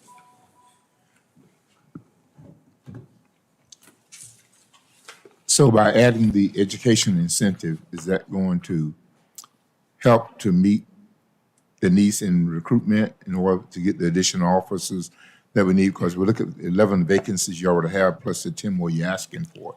That's a total of 21. It accomplishes two things. It is a benefit that a lot of the agencies provide to their personnel. So as we're recruiting, we can bring that up, that we offer up to $1,200 a year towards college reimbursement. It also is given an opportunity for our current employees to become better educated, which is important to me and I think our community, that we have the best trained and the best educated police officers that we can. So I think it accomplishes two things. And why do we have to do it as a reimbursement? It is a reimbursement by policy. And They have to submit we have a whole policy on it. They have to submit their class submission. They have to attend the class. They have to pass the class and then submit their reimbursement. Okay, but I guess my scenario is if I want to go and I don't have the funds myself personally to pay, to wait for the reimbursement, is there any way around that? That we have a commitment that, if we sponsor you to go, that you're committed for 2 years, 3 years, whatever. We could probably come up with some kind of agreement. We've developed an agreement for those that we're going to sponsor that they, if they don't complete the academy and they don't work for the Apopka Police Department for a minimum of 2 years, they will reimburse us the $4,000 for their academy class that we're expensing. Can we get it back? That's another story. But they are signing a contract like that. Can we go into some kind of agreement with our employees that we will help? Yeah, understand the $1,200 a year is multiple classes. Right. It's multiple credit hours. So they can take what they can afford to and get reimbursed. But once that $25,000 is gone, if it's used, it's gone for the year. Then we'll have to adjust it and go up next year, or if we don't use it all, go down or stay the same and try to, I think the first year is going to be a little bit of a struggle trying to make sure that they're aware of it, that they're using it and they want to go back to college. We have some of them already in college, so it'll help them out. They're already preparing for that, but it'd be nice to have the reimbursement for what they are. So it depends on how many credit hours. They're not going to take a full load and work as a police officer or a civilian in the police department. Most of them are part-time getting their degrees. I mean, if we were talking a full load, yeah, I could see that, some people can't afford that. But I think right now, those that are going to college and those that might want to go to college are going to take those courses that they think they can afford. And once they pass the class, then we're going to reimburse them for that cost. All right. Then I guess my next question is, if it's taking a year and a half in order to get the vehicles, what if we get the officers before the vehicles arrive? We have pool cars. They're there for each one of the, each squad has their own set, 1 or 2 pool cars that are available to them in case, one of them breaks down during the evening or something else. We do have spare cars, so we will be able to outfit them. We just will have a lot less pool cars. All right, and can we get a copy of the presentation you presented tonight? For a nominal fee. That's okay, we'll just put it in your budget. I'm working on my budget here. We'll add that to your budget. Yes, sir. I'll be happy to send it to you. Mr. Nesta? I got a couple quick questions. One of them, you and I discussed, so I'm just making a note about something else. We had discussed previously about the canine training area. I know it wasn't specifically in this budget. I don't know if you had figured out how to move some funds to provide some cover there and some extra lighting for them. Since you and I discussed it, we do have a $20,000 JAG grant coming. We also have a $12,000 JAG grant coming. I've asked Lieutenant Wortman to look at the $12,000 grant to see if we can complete that. I've talked to Corporal Durazio about exactly what he's looking at. He's actually taken the initiative to reach out to Duke to see if they would help us with something in setting the poles and some other things. So I think we can get it accomplished with some of the grants, or offset, if we don't have enough money, offset that with state or federal forfeitures for the little bit that might remain on it. It's just a matter of what it's going to cost and which one of the grants we're going to try to use. I'm really trying to save the $20,000 grant. I forgot to put it in my budget, so I'm going to deal with it myself. Shame on me. I think that for the events we have out at the amphitheater and some of the other events around the city, we really need one of those mobile units like Walmart has in their parking lot that has cameras on it that we can set there and stream stuff to our command post so that we can actually see what's going on inside the facility from an upper perspective. But those are roughly $38,000. Gotcha. Okay. I'll follow up on that later on down and kind of see where Yes, sir. we're at. I know that I just actually spoke to Corporal Durazio today again about it. He came in and told me that he was actually reached out to Duke to see if they could help us with the poles and some of the other stuff to offset some of the cost, and he's waiting for a phone call back from them. So we are trying to obtain a cost. We don't have to have a total cost right now. We do have to submit the name of the grant in the near future, but we can change it if it doesn't work out. Okay, cool. I know we briefly went over, it's not overtime, but off-duty pay, things like that. There's not, you had said there's not a lot of opportunity locally for that. So, No, sir. and we have a lower pay, we charge a lower fee than local municipalities, correct? Yes and no. We have a competitive $45 an hour, $40 to the officer, $5 to the city, currently off-duty rate. It's supply and demand. The city of Orlando gets up to $100 because they can't fill the positions. So if we had enough off-duty here, it would be a competitive market. And understand, $45 an hour is the minimum. It doesn't mean that an employer can't pay 50, 55, 60. We were actually getting paid about $10 an hour less than other officers working the UCF football games. I've corrected that, talked to their chief, told him it's not acceptable, and he agreed. So we're going up to $60 to work those games. We should be making the same amount of money as the officer standing next to them from another department. Absolutely. And that's the way it works at Orlando. The problem with Orlando is their nightclubs downtown are paying $100 an hour, and that's where their officers are going because they get the first crack at the off-duty. Fortunately, we're on the same off-duty program as they are, so we get it streamed to us electronically and they can sign up for stuff, but it's after they've had the opportunity, we get the leftover stuff. So we get the lower stuff, mainly at the athletic events, sporting events that occur in the city. Okay. All right. And then, does Orange County have a union? Yes, sir. Okay. So, and that's how so no other non-unionized municipality locks in an increase annually. So only unions are For locking multiple in- years? Correct. Yes, sir. So, like- Usually your union contract, and to be honest with you, I don't know, probably shouldn't say this, why a union would lock in a multi-year contract with today's environment, to be honest with you. It doesn't make any sense because now, every one of them has a reopener clause in it. So it could be reopened if the city and the union agreed to it. Obviously, if you're talking salary increase, the union's going to agree to it. It'd be the commission that would have to agree to do the reopener. But, when you go into a 3-year contract, you're taking the bet that that's going to keep you competitive or above competitive. And I think they're probably going to be good with Orlando and Orange County's pay. I think Ocoee, Oviedo, and some of the smaller agencies are going to be in trouble with where their contracts are. But So in a lot of the graphs you showed, especially compared to where Leesburg's at, Orange County, Orlando, where do you want to be in that group? You said you didn't want to be number one. No. Well, I would like to be number one, but So would I. but realistically, you're talking about we're the third largest agency in the Central Florida area and growing rapidly every month. You know that. Everybody knows that. I think we should be behind the two big dogs, and that's Orlando and Orange County. top three. And that's where I'm putting us. I didn't ask to put us above them. I asked to put us right below both of them. They're 1,600 sworn roughly, maybe 1,800 sworn by now. The other one's over 800 sworn, and we're at 132. But based on our growth, we're going to be over 200 within the next 8 years, probably. And you said we really need 136 right now. We should be at 136, 137. We will be at 132 with these 10 authorized positions. Gotcha. And then we're doing an impact fee study, correct, for fire and police? Or I believe Recreation. Okay. And that should help to offset this. No, that's just for capital. That's capital. I was about to say, we have a lot of CapEx that's coming up that we're discussing, so. No, I think we did the last, the sad thing is the city of Apopka never had impact fees for police and fire until 2016, I think it is. So we missed a lot of opportunity during the growth.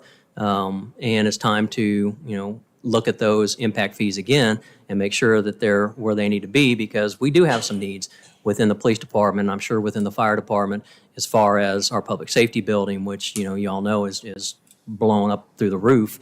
But we need a training facility. We need an indoor range. We're not going to be able to survive in that outdoor range much longer with, we have to shoot some Saturdays and we get all kinds of complaints. And I'm sure it's just a matter as the growth continues around that area that y'all are going to start getting the complaints about us shooting, especially when SWAT's out there with the high-powered rifles and everything else. Even though they know there's a range there, our comm center still gets multiple calls every time we start up. We qualify every year, although FDLE only requires us biannually. We qualify every year. We have a more stringent firearms course than what FDLE requires. We shoot them both. So we're out there quite a bit, and we do have other agencies that need to use it every once in a while too. Okay. All right, thank you. Good. This was a really helpful presentation. I have one other question for Ms. Sherman, I guess.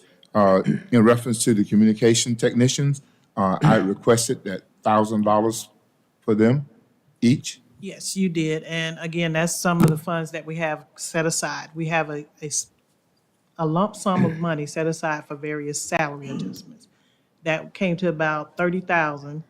And you also requested an assistant for all of the commissioners, and that was with benefits about $114,000. All right, so the communication technicians, they're going to have to wait till October 1st in order to get that $1,000? Well, if you requested it in the 24 budget, if I understood you correctly. So is that 1,000 as a bonus or? Yes, like the fire department and the police department received from the state. The communications technicians are the first line of offense. They get the call before police and fire does, but they didn't get the $1,000 like the fire department and police department did. So I asked, since the state didn't, that they're important to us, and we should treat them as such. How many do we have in communication? It's 30 that I Oh, understand, 30. and that's why we came to 30,000. I think And that's if- 29. Oh, excuse With the me. director. No, I just want to make sure they understand. 29. There's 29 of them. Okay, all right. Any other questions for Chief? All right. All right, well, thank you for your time. I do have to leave. I have to drive to North Carolina, so I appreciate you allowing me to go first. Deputy Chief Miller will be here if any other questions come up or through anybody else's presentation. So, Chief. thank you. Thank you. Gotcha. All right, Rob, you next, or is it? Huh? Commissioner Smith, if you care to entertain that for this current year, of course you can bring it up. Excuse me? If you care to entertain that bonus for the communications people in the current year budget, of course, bring it up the next council meeting. All right. Yes, because that's what I would prefer.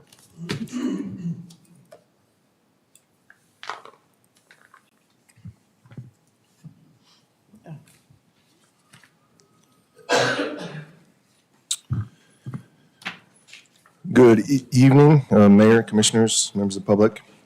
Sean Wylam, Fire Chief. I'm here to present the 23-24 budget presentation for the Fire Department. Chief McKinley alluded to a few things. I just want to make sure that everyone understands. We're currently in negotiations with the local 5293 Apopka Firefighters Professional Associations. A couple of you attended and have seen Commissioner Velasquez there and Commissioner Nesta. They're going very positive thus far. The items that I'm presenting here today are more operational related to the fire department and not benefit heavy like the police departments were. We have been working with finance to cost out and earmark monies for those benefits, and I believe that's the money that Blanche is saying she has set aside. Yes, it is. The lump sum of funds we have includes union negotiations, police, and other salary adjustments, whatever we can afford with those dollars. With that, I just want to start off with where we're at and with the fire department. Our yearly call volume, as you can see, is trending upwards as it has been the past few years. There was that slight dip in 2020, which was a COVID year, heavy COVID year, which is typical for our industry. So we're up to 9,981 calls, and we're definitely trending upwards this year. We're expecting to hit north of 10,000 calls.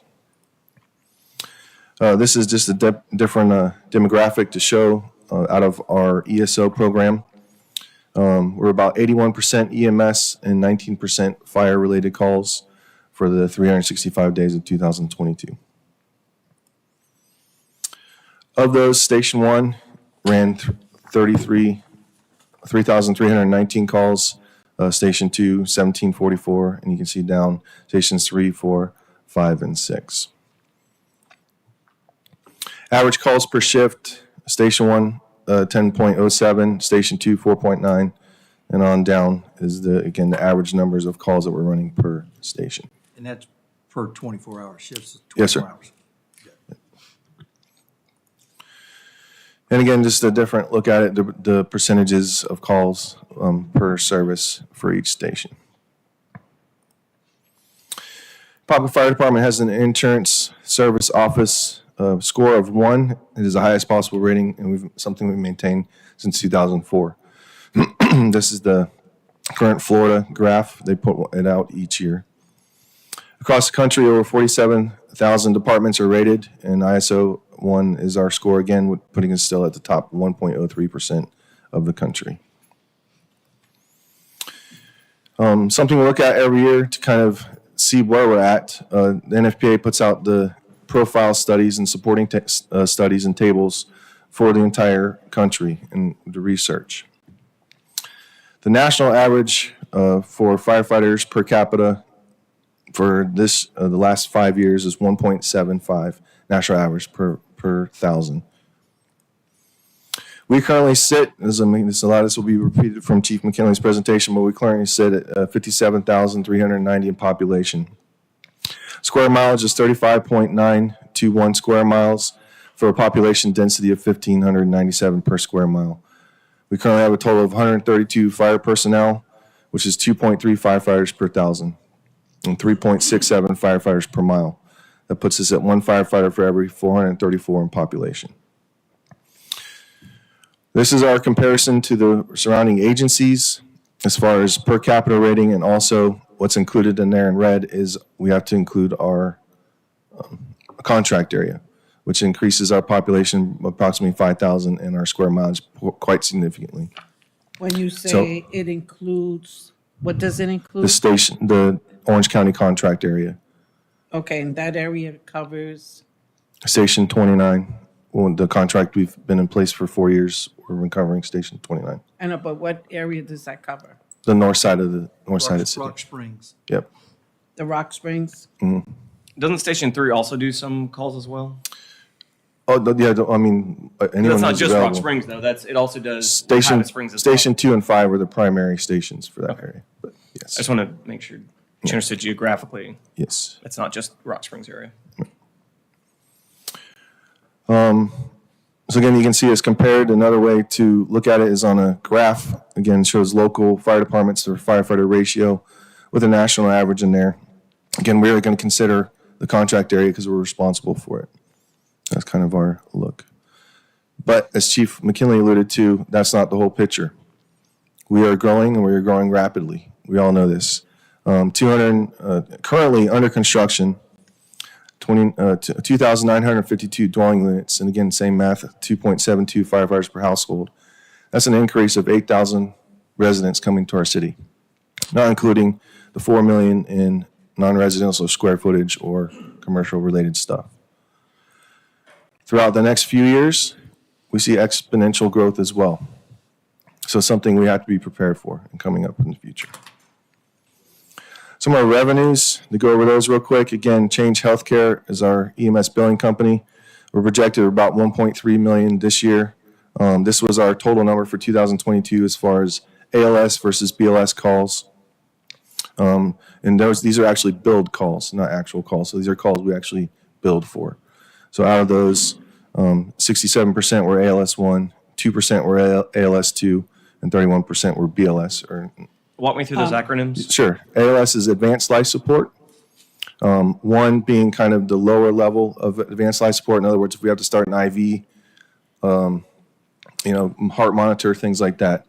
ALS2 is more significant, obviously, where we're doing more invasive procedures. And BLS is basic life support. So it's throwing you on oxygen, Band-Aid, basic life support stuff. Okay, thank you. Does that include just transporting? So it depends on what qualifies for actually being billed. Again, yes, we transport probably way more patients, if that makes sense. But what actually gets billed goes through and vetted through the billing company itself.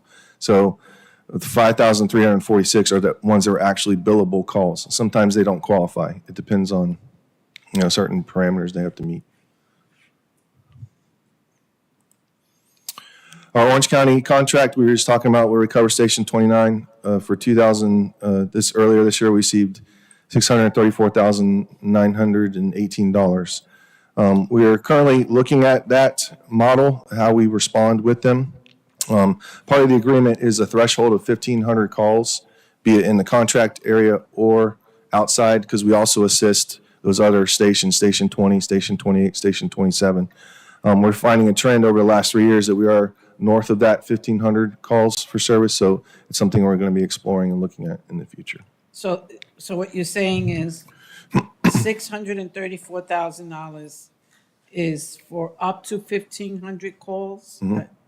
And so right now you're trending over 1,500 calls? Yes, last 3 years we've ran over 1,500, 1,600, 16, just in the contract area and assist. But I want to clarify what you just said, though. 634,918 isn't, it's not like it's a block of calls, like 1,500 Right. calls, because under the adopted budget for 23, we had 559,000 as the expected Orange County Fire Services revenue. It's 634 for this year. I'm assuming the favorability there is the increasing calls.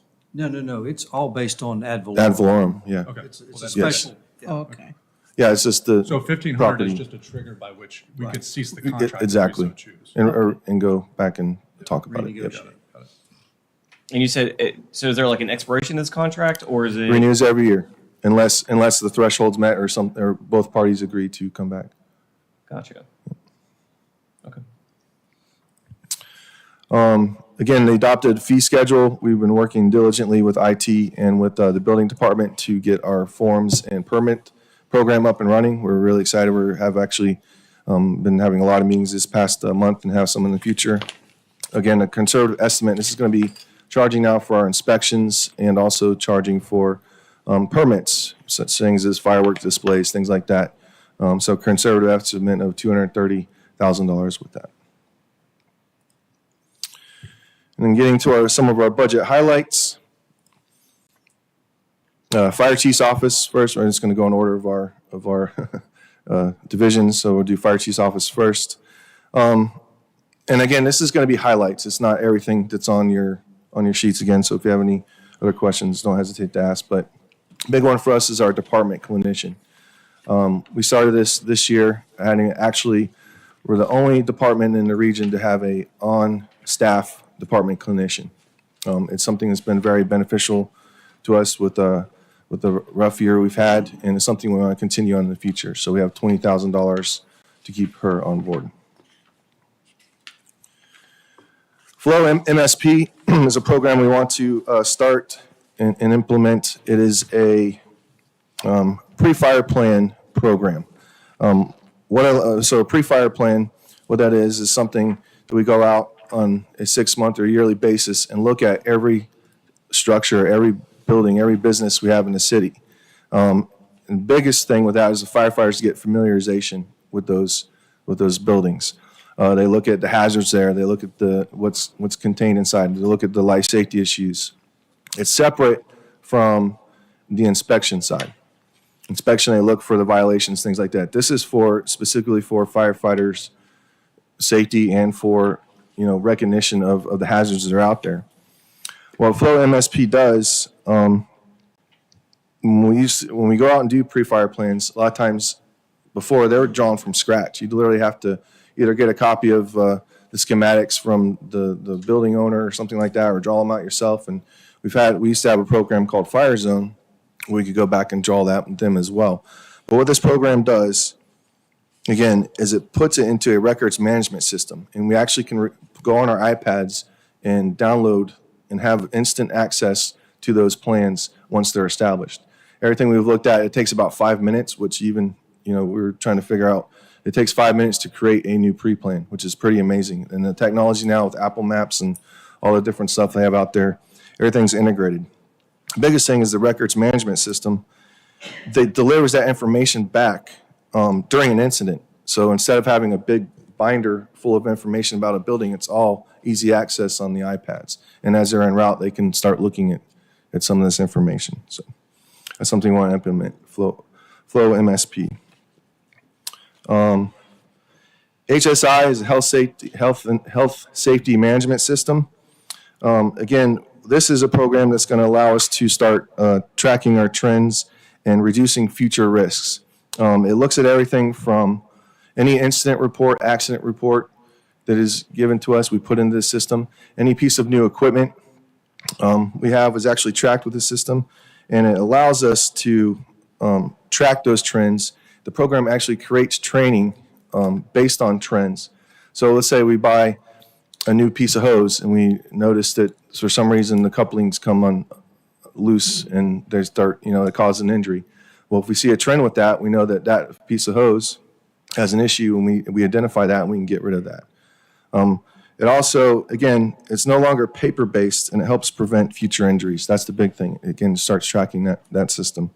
So it's something we want to implement. So that's the health safety Yes, ma'am. management system. Yes, Is that a program, a Yes. software program? Mm-hmm. And who will oversee that program? That would be our health and safety chief manager.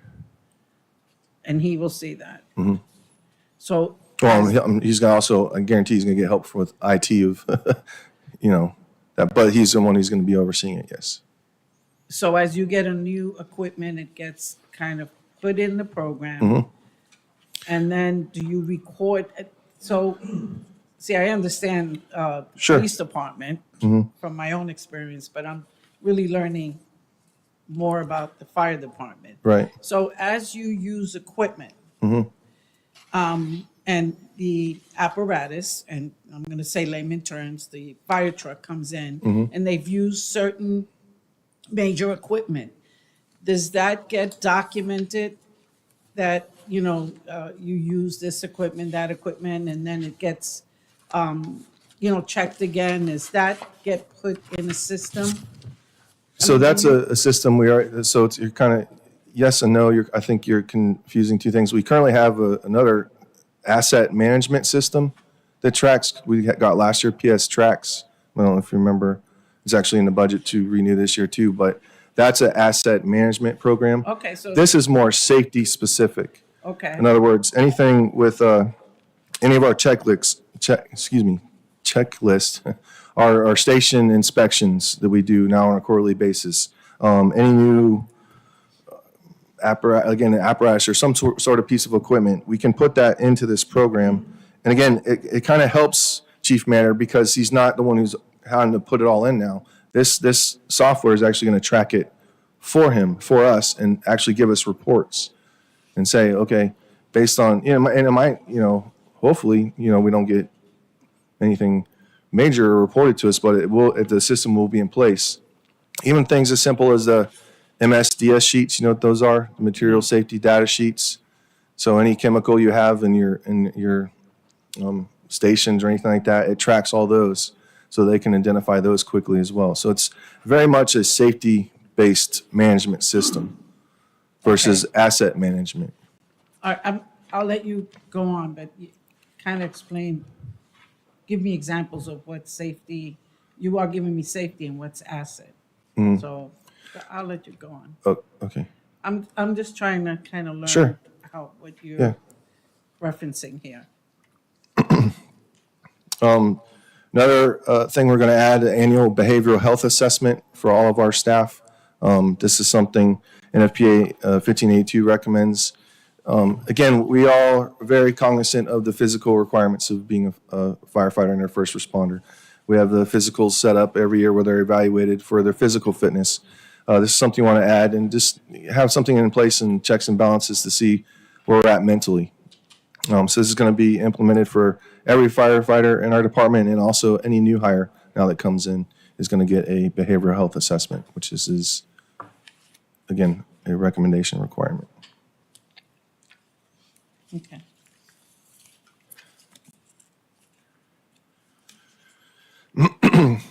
Travel and per diem in Chief's office. We are going to have South Dakota every year. Not every year, but each year we have a fire truck that's, and we currently have one that's under production. Engine 4, we just arrived about a month ago. It's still at the garage. We'll hopefully get it in service within the next week or two. But the current engine that's under production, every year we have to send up a few of our folks to do the final inspection for that truck, and that's the cost that's going to send them up there. Fire Department Safety Conference is in Phoenix this year. This is the amount allotted for travel and per diem for Chief Maynard and 2 other personnel to travel. FDIC in Indianapolis is the who's who of the instructor conferences. That's enough to send Chief Knapp and 2 personnel as well. Temporary housing for Station 6 under rentals and leases. Again, we're very excited. We're going to be breaking ground within the next month on Station 6. We still do currently have to maintain that current temporary housing at the trailer that's at Advent Health. So that's going to be $30,500 for the year. We are working out with them when we do get closer to time, if it's a month-to-month thing before, because again, what we've been told is going to be a 8 to 12 month build for Station 6. So They've been out there for a while, though. I remember Fire Station 6 has been at Aventel since its opening. Mm-hmm. It's what, is it 3 years already? 3 years? Oh, yeah, it's been 4 or 5? Did that lease just recently go up too? It usually goes up a little bit each year. Last year we had a 2-year agreement, and this is a 1 year because, again, hopefully we'll be in our permanent Station 6. Okay.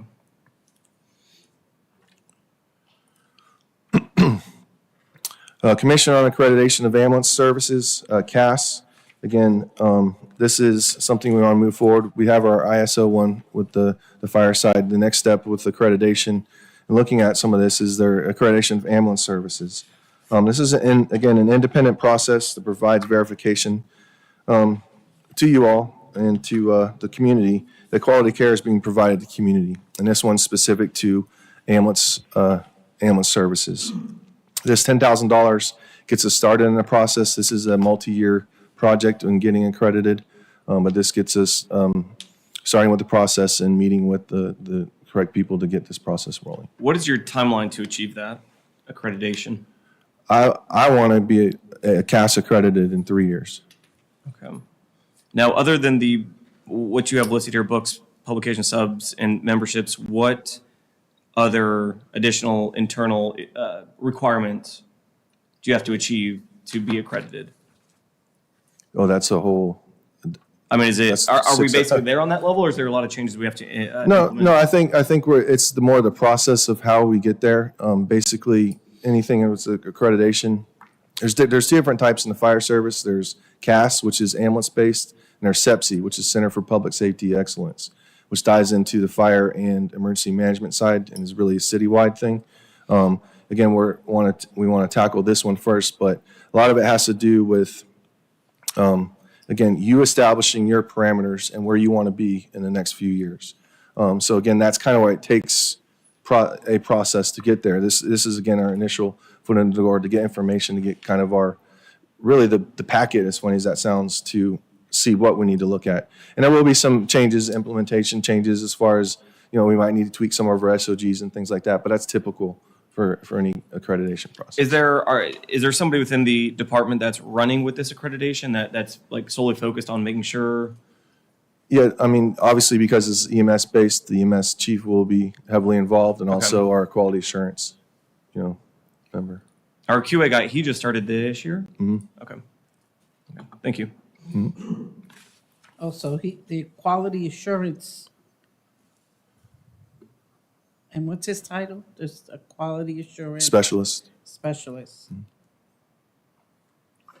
So he will be handling this accreditation. Well, he'll help. We're all going to be involved, but it's going to be led by the EMS chief. Okay. The other things with training, this again specific to the fire chief's office, Florida Fire Chiefs Association Health and Safety Conference. We're going to be sending Chief Banner that as well. And UCF React peer support training and FPA peer support. This is for 10 of our personnel to go to that training for peer support. So that's covered under the fire chief's office.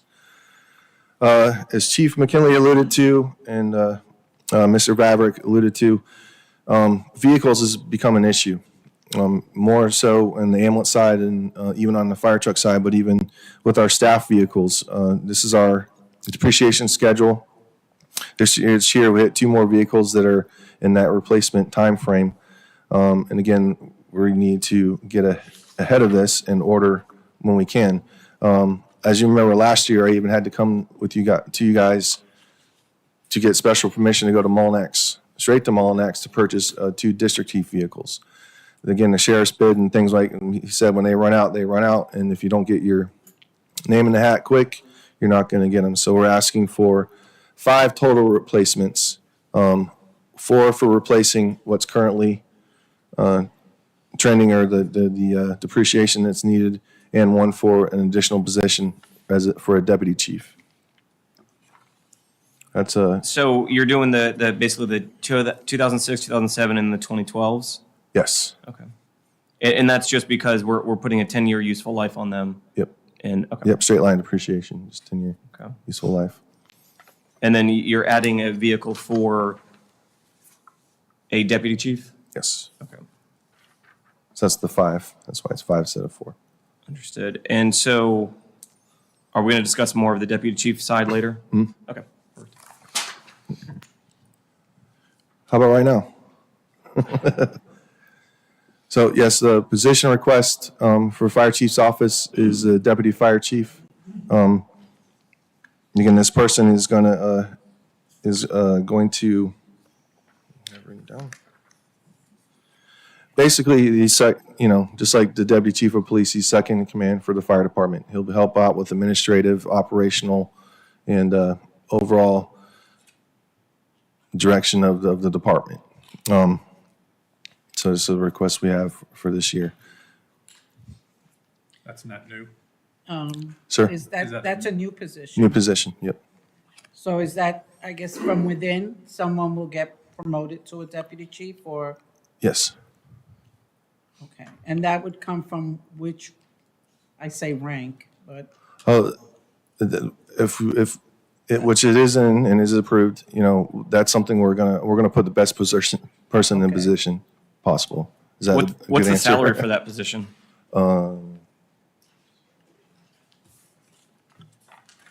We factored with benefits, I think it came to 192 is on the sheet that you have for the new positions. Gotcha. Okay. You know, we have so many 116. sheets up here, so I'm just kind of, and they're big sheets here, Not that one, the not one, that one. this one with the new position salary, the 116, What is it? 116, 195, Check the bottom of that file. and with benefits, 192, Oh, okay, 164. this one. And that 116, that's the starting salary? That's the base, yeah. Finance suppression, firefighter, captain. So the goal is to Oh, here it is. hire from within, and then I guess everyone kind of, that spot will then be open. We need to replace that with somebody from within. So we're not going to go outside at all in that capacity. Well, we're going to put the best person in place as possible. You know, we're looking at one, if it's approved and which it looks like it's gonna, we're going to explore that. Okay. Okay. Suppression, moving on to 2120. Again, these are just highlights, you know, big item tickets. Annual liner testing, which we started this year at 1971 and 1851 NFPA recommendations. Annual pump testing and hose and nozzle testing, we're actually going to outsource. We're going to have a third party come in and complete that for us. And we currently have aerial apparatus testing completed, but that's all in this package for the $65,000. Okay, so for just regular layman people. I'm sorry. What is annual liner testing? So, thank you, I'm sorry.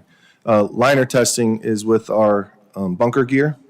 A few years ago, they came out with a new requirement to have that inspected, thoroughly inspected, and actually look at the inside liner. And then we have a company, a third-party company that comes out and actually looks at in detail all of our bunker gear. Everyone's assigned bunker gear and make sure that it's up. And then if it needs to be repaired, they actually fix it while they're here too. Okay, Yeah, so that's, the inner liner of our bunker gear. okay, thank you. Mhm. And then Oh, go back. So you have annual pump testing, aerial apparatus testing, and hose and nozzle testing. yes, ma'am. So when you have 65,000, what is that? Is that like a quarterly testing and monthly testing? This is annual Oh, testing. it's all annual? Yes, ma'am. Okay, So the pump testing is our fire pumps. They're required, there's actually, when they get certified as a fire pump, it comes with a recommendation or a table actually on the engine, believe it or not. And at different pressures, every year it has to meet the same amount of volume that comes out of it. Typically, in the past, we've done this ourselves in-house, but it's something we're now outsourcing to, so all of these get outsourced now? yes. You have a third party that comes in? And then aerial apparatus is obviously the ladders, you know, the height, they go through strenuous tests as well. And hose and nozzle testing. Now, again, our fire hose, it gets drug around, you know, every year it has to meet a certain pressure and maintain that pressure for a certain amount of time. So now we have a company that comes out and does that, and our nozzles as well to make sure they're within working capacity. Thank you, I appreciate that. Sure. You kind of explained that. Other things in the suppression or in operating supplies, we're going to finish out our 45-minute bottle replacements. We went from 30 to 45-minute bottles over the past few years. This year we'll be able to do that. Our bunker gear replacement, this year we're going to finish out and everyone's going to get their second set of bunker gear for all firefighters. One of the requests Chief Knapp, our training chief, had for the training center was equipment dedicated to the training center. A lot of times we have apparatuses down there. We're pulling ladders off of our trucks, things like that. So now we're going to have a complement of ladders, tools, hoses, etc., dedicated just to training at the training center. We're also putting in eye wash stations and emergency showers at all stations. That's something Chief Maynard's handling, and base sinks for all stations. Tech Gen 51 firefighter fatigues for all firefighters. This is something that is we're excited about. We kind of talked about just a minute ago the structural firefighting gear. Structural firefighting gear has a few different layers. It has a vapor layer, it has a liner, it has the outer layer. These are pretty much just an outer layer, if that makes sense. So in Florida, we know it gets, the wind chill factor every day is like horrible, right? But I'm kidding. But it gets hot on the street. So when we're responding to things like brush fires, even auto accidents, we're going to purchase this for every firefighter to have to wear those fatigues or those turnouts to replace the structural firefighting gear in those capacities. So if it's a structural related fire, obviously they're going to be still in their bunker gear or their structural firefighting gear. Does that make sense? Yes. So they're actually going to use, they'll suit up for it with a different yep. bunker gear, depending on what they're responding to. Yes, ma'am. And this is lightweight, breathable, a lot more nice on the, for that. And again, specific for brush fires and like vehicle accidents, vehicle extrications. The other picture in the lower right here is another thing Chief Knapp wanted. It is it's called a water mapping prop, and you can notice that it's actually see-through. The idea of this is to specifically teach air entrainment and water mapping. In other words, firefighters, when they come out of the academy, they learn how to pull lines and you flow water certain places. But this, from an external viewing and also the firefighters internally, can see what their streams are doing. It kind of teaches them, again, flow paths through buildings and things like that. And what a flow path is even, if we open a door to go in and fight a fire, a lot of times, as soon as we open the door, we are starting to feed the fire as well. Even by opening our fire streams at times, we're actually helping to feed that fire as well. So this kind of teaches the firefighters how to more correctly extinguish fires. So it's, again, they look at the flow path, which is, again, that air movement within a structure. And again, how these visually and interactively demonstrate these concepts. So it's something pretty neat. So that's something he wanted. And also the roof prop to the left there is kind of self-explanatory, but it recreates a pitched roof where we can actually practice ventilation and things like that throughout. Another thing he requested to go out to each station is have each station get their own forcible entry door prop. So stations, there's one currently at this training center, so all the other existing stations will now get this forcible entry door prop, and basically allows the firefighters to beat up this door, for lack of better terms, and practice on a daily basis at their stations with forcing entry. Is that 35,000 each? No, for all of them. Yes, sir. Equipment and machinery. We're buying another set of hydraulic tools, which are the Jaws of Life, the battery-powered Jaws of Life. We are getting gear extractors for stations 2, 3, and 4 for $59,000. A gear dryer for 5 stations. Currently, again, we have one in existence, but we're adding for the other 5. And ice machines for the 4 stations, including Station 6. We currently have one at Station 1 and at Station 5, but this will be the 4 remaining stations for the ice machine. So you don't have gear dryer right now? Only one station has it? We have one gear dryer at Station 1. Yes, ma'am. At Station 1? What do they use on the other ones? They hang up their stuff. So is this just like a really robust dryer? Like you wouldn't be able to throw this in a residential dryer? Like this is... Well, yeah, yes. So the gear, yes. Yes, for kind of like the extractor. A lot of people are like, what's an extractor? It's a very fancy washing machine. It's very specific to biohazards. It actually has certain chemicals that even are actually fed into it to help alleviate even some of the carcinogens and things like that. But a dryer, yes, is basically a big fancy dryer. And it's safer. Like a lot of times, it's funny, back in the day, we used to take them to our local laundromat. A lot of them would get destroyed because the striping would come off, and like it's specific for the industrial fire gear.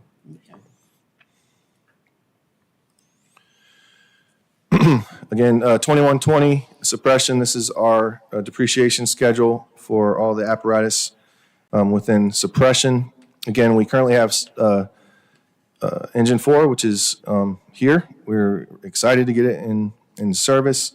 Engine 11, it says out of service because it's actually down at the training center now as a dedicated training pumper. It is definitely on its last leg, so something we're looking to do as well.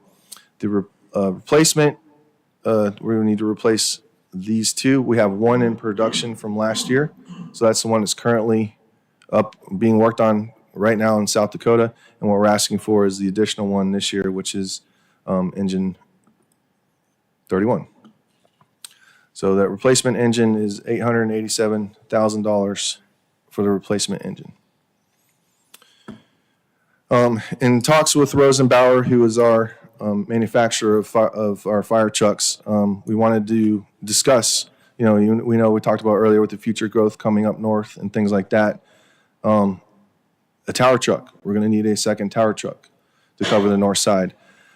We spoke, and he pretty much said, you better get it now because, again, the delay, even for an aerial apparatus, is anywhere from 18 to 24, maybe even 36 months out.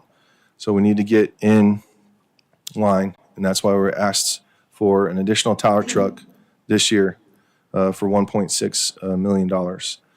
Again, the thoughts right now are to put this at Station 5, based on, when 7 going up further northwest, they'll respond out there. Also can come further south to cover Station 2. But again, this is just to get the ball rolling. A lot of that will come in the future.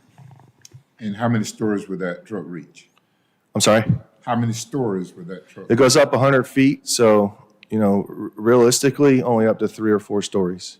That's about average, maybe 5. Something to think about. That's a great point, Commissioner Smith, that we do have a lot of density coming up in the KPI, so. And even up maybe 7 stories, yeah. Yeah, I mean, and depending on the Live Local Act too, they can go up to 12 stories, I think now too, so that, we haven't gotten that, but I know Sanford just recently got an application for something like that, so we'll have to be able to adapt to that. Great point. In suppression, again, the 9 firefighters for Station 6, when it does open, this is going to be to man ambulance 6. We do only need 6 personnel total, but the 3 extra are for PTO time and time off and things like that. So those are the 9 firefighters requested. So are you asking for that now, the 9 firefighters Yes. for this, What's in this budget? Yes. it's in this budget? To that Now, end, when I look at this sheet, it says $11,000. That can't be right. well, it's a quarter's worth of Right. salary. So, Yes. but that's my question maybe it's just a typo. Why is there not end dates for those positions like the other ones? Is that just I'm trying to reconcile why some of these have end dates. It's just the end of budget year, but the 9 firefighters, that would equate, because if you take the 11,713 and divide it by 0.25, since that's a quarter's worth, it'll get to like something close to 50 annualized. But the fire captain positions, those seem wildly overstated, taking the same premise. Because you've got 73K for a quarter's worth of work. That's not right. Well, those are going to be, Go ahead. oh, sorry, those are October 1. It says July 1st on here. Oh, Says July It 1st. says July 1st. Those October were 1. staggered positions. I can get you the exact dates. So, and update this with the exact dates on it, but So the 73,164 would be an annualized amount? that should be an annualized amount. And those positions. So what about the 9? The 9 are just for the last 3 months of the year. It's staggered. Because that's when our expectation of actually hiring them would be. So although we're budgeting, are we budgeting only for that quarter or for the entire year? Just that quarter. Okay.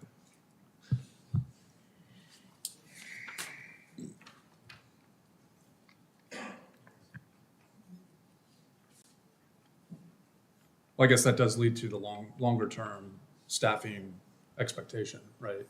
Obviously in the GAN report, there was expectations around getting closer to the fire standard of getting 4 people on an engine versus the 3 that we're just getting to now. What's the plan of attack there in terms of getting that right size staffing model? Because let's just, knowing that we'll have 6 stations in our portfolio, what the number is going to be in terms of getting 4 people on an engine? If that's what we're really trying to drive towards, what's the kind of the roadmap to getting that staffing in place? Yeah, I think, this year's look at it, it's not, those are not included in this budget, obviously. But the kind of the thought process with that is to make a more robust admin. That's kind of our request increase with which we're getting to in a minute, but the EMS captain position is the deputy chief.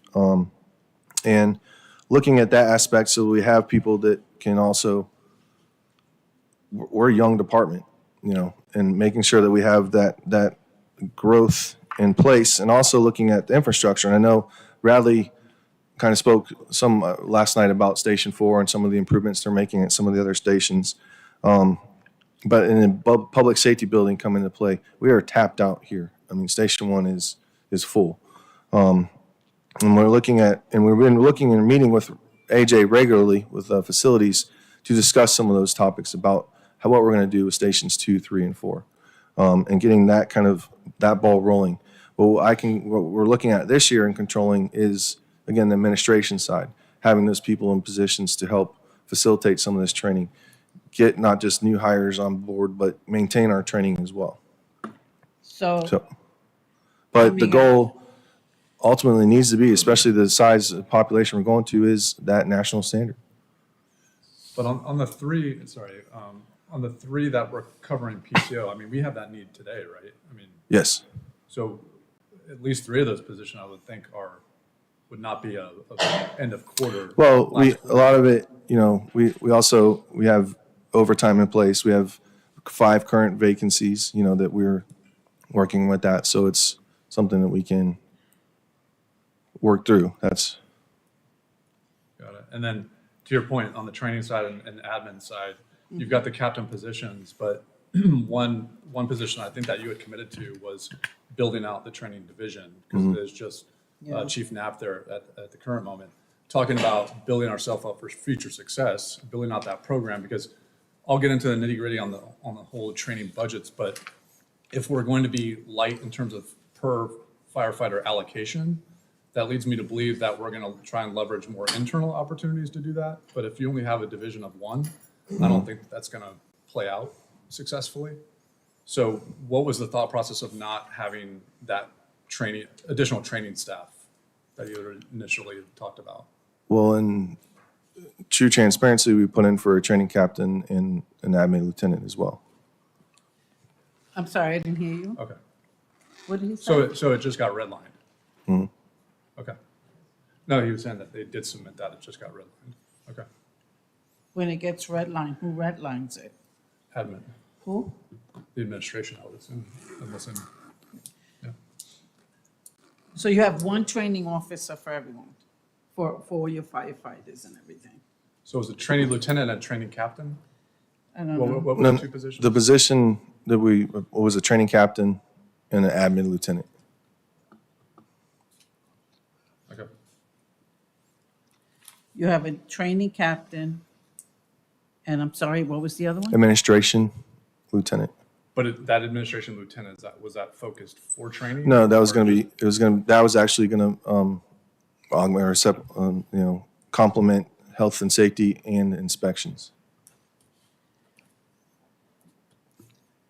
We originally discussed actually having, I think I mentioned it before, that person rotate in as our normal officers, when we had to get some exposure into the admin side of things. And actually, we had a couple of different lieutenant meetings, and it was very not popular. A lot of people want to do it, so then we kind of adjusted to, we definitely need someone in that role as well. Training captain, I would assume that would be on par with the salary that the other captains are in the EMS, roughly speaking. Yes. And then lieutenant would be something a little bit less than that. Okay.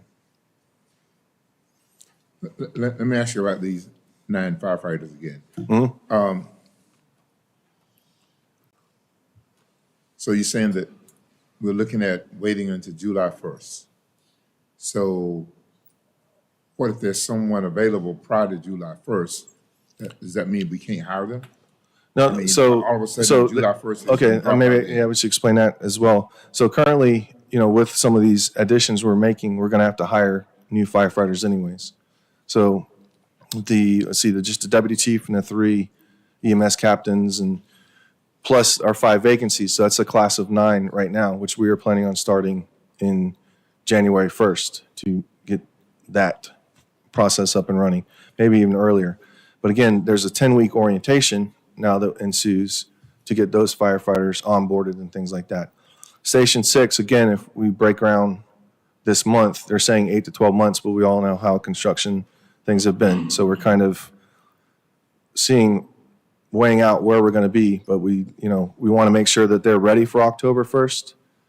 As far as, August, September, I'm thinking more October next year when the station's truly going to open, but having those personnel hired in July so that we can get them through that 10-week orientation. So when the station's open, we're ready to go. Okay. Can you walk me through, so you said we have 132 current firefighters. Mm-hmm. What have we budgeted, I guess what was allocated or set aside last year? Because we're not fully staffed, right? So what's that number? What's that total? Not the salary side of it, but the personnel side. How many firefighters have we budgeted for right now in this fiscal year? Currently we have budgeted for, 132 minus 6 because we have 6 in admin. So 41 per shift plus 42 per shift, actually. Okay. So then, and you said so it's 127 firefighters we have. You said we have 5 vacancies currently? Mm-hmm. Okay. If you're trying to do tick and time math, I just want to make sure, because this document has, because when you say that number, are you talking non-admin or are you talking just department in general? So the 132 is department-wide, Right, any okay. combat firefighter. Got it. So this Yes. document says 135 across the 3 divisions. So the Okay. fire chief office. If you So do- that backs out, okay. Yeah. Okay. Thank you. Okay. But then we have 5 vacancies. Mhm. So we should have 140 currently?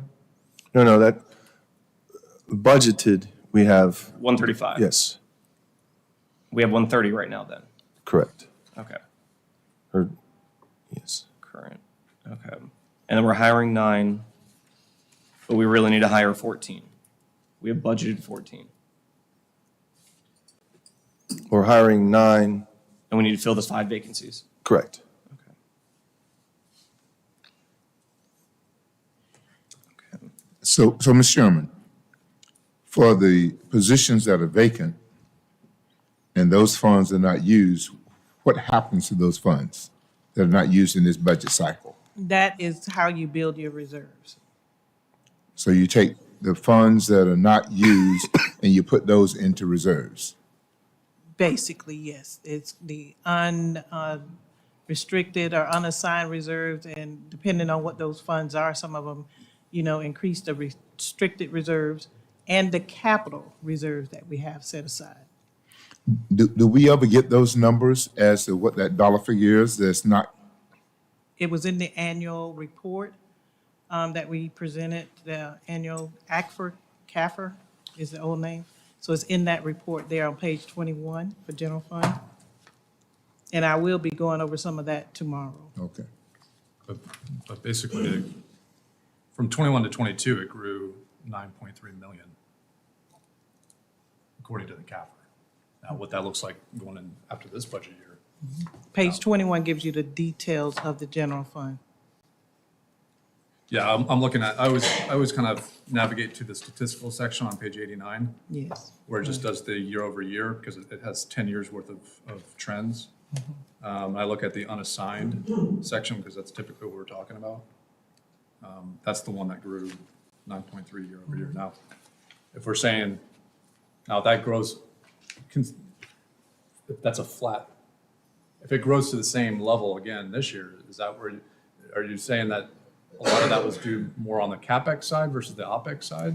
And that's why we're balancing at the 8 million? Basically, it'll go into that unassigned area, which includes some of the CapEx. We do set aside some funds for capital purchases in the future, such as what we're doing now. When I said how the 8 million was being covered is out of that capital reserve. Does your systems allow you to encumber that amount as a carryover, but it's encumbered? Because then it technically wouldn't be unassigned. It would still be encumbered for a certain purpose going into the next year, like carryover of the engine apparatus, for example. If we plan to pay for it this year, but production is going over, obviously we didn't spend that money this year, but it's still encumbered for that purpose going into the next budget year. So We do roll those amounts over, and we bring it back to you as a budget amendment. And I do factor those numbers that are being rolled over when I'm looking at what the available balance is for the future purchase.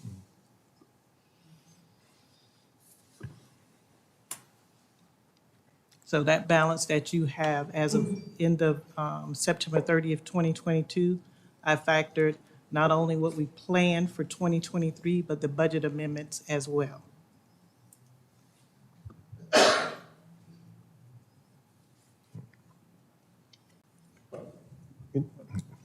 Okay.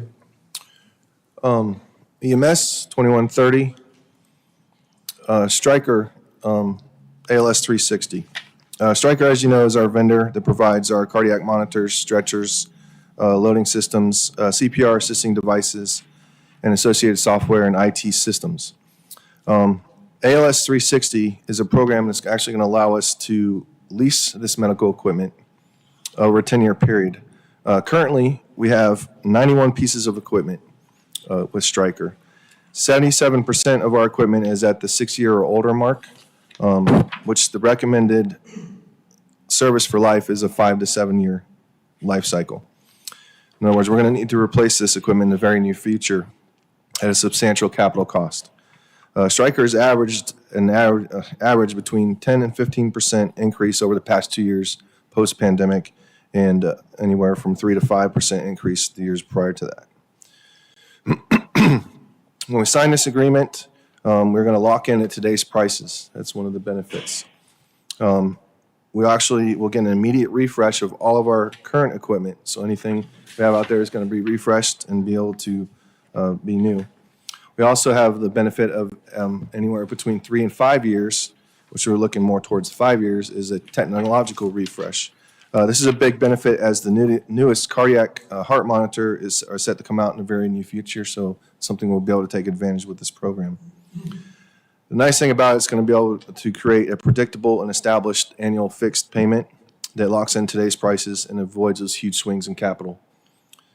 It also includes the warranty services. ProCare is our warranty services that helps us take care of this equipment throughout the year. And we've been averaging over $100,000 a year just in warranties. So this program includes all that. As you can see, the thought process with it, like we saw in those next few years, we're going to have some significant capital increases in cost. Cash purchase totals for this equipment, and this is again today's estimates, not including any of those, will be up to $9,526,000. With this package, our total is going to be $6,332 over the 10-year period, so savings of over $3 million. Again, with that, I can answer any questions. We do have some representatives from. Well, one of the things we need to bring up is that the new accounting standards as far as how it relates to long-term leases. Why do you want to just? Basically, we have to account for all leases. Used to be when they're long-term, they met a certain criteria, they would be considered a capital lease. But even if it's an operating lease, we do have to capture that total picture and just factor it in to our records. So it's just a different accounting method for how we account for leases. I don't have all the details in my head, but that's what it is. So what's the net of that comment? I'm not an accountant. What are the implications of what you just said? If it meets a certain criteria, I know. And again, he kind of caught me off guard. The leases that we looked at this year, we didn't have to make any adjustments. But if you have a operating lease and it meets a certain criteria, it may be considered something similar to a capital lease, where we have to show that liability more so on our books and records and count for it more like an asset in that particular situation. Buying a car versus, Yeah. buying a piece of equipment. Yeah. But you said this is the 10-year program? Yes, sir. So it's, so you've got in here for 585K, so it's straight line for 10 years is what we're entering into? Yeah, it's something, so it'll go up a little bit next year because the quote before we got to budget time came in a little bit higher, so we're gonna have to adjust over the next 9 years, but it's, But regardless, the 6.332968, the final number is going to be equally straight line divvied across the 10-year period? yes, sir.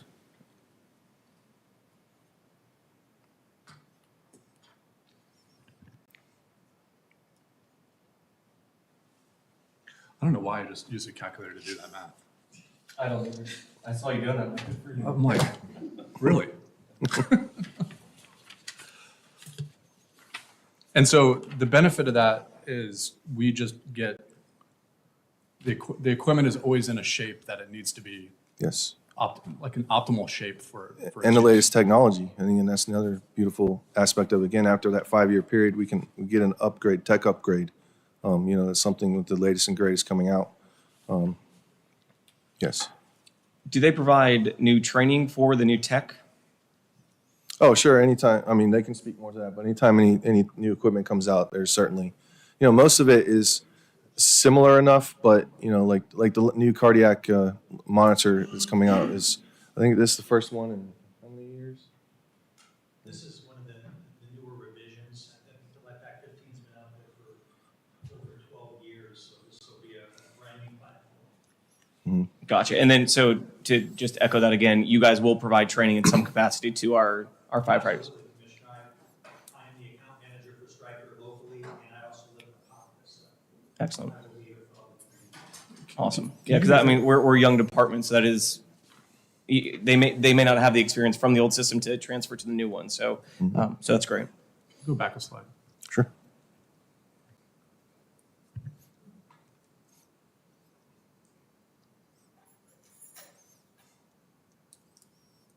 And what, that projection that you had in terms of the 9 million, did that factor in growth? Like for our own purposes? Like Sure. The growth in equipment? Or is That's a good question. So anytime there is something, another station comes up, new piece of apparatus, that's something that's simply added to this program. It's a 1-page addendum to the contract that allows us So to. we've got set pricing or some provision of pricing should, let's say the first line there, the AEDs go up from 22 to 30 for whatever reason. There's a piece of that contract that would dictate, okay, every additional AED is going to be this much increase in your yearly lease. So, yep, come on. I'm Brittany Pence, I'm your strategic sales manager. Yeah, you might want to use a microphone.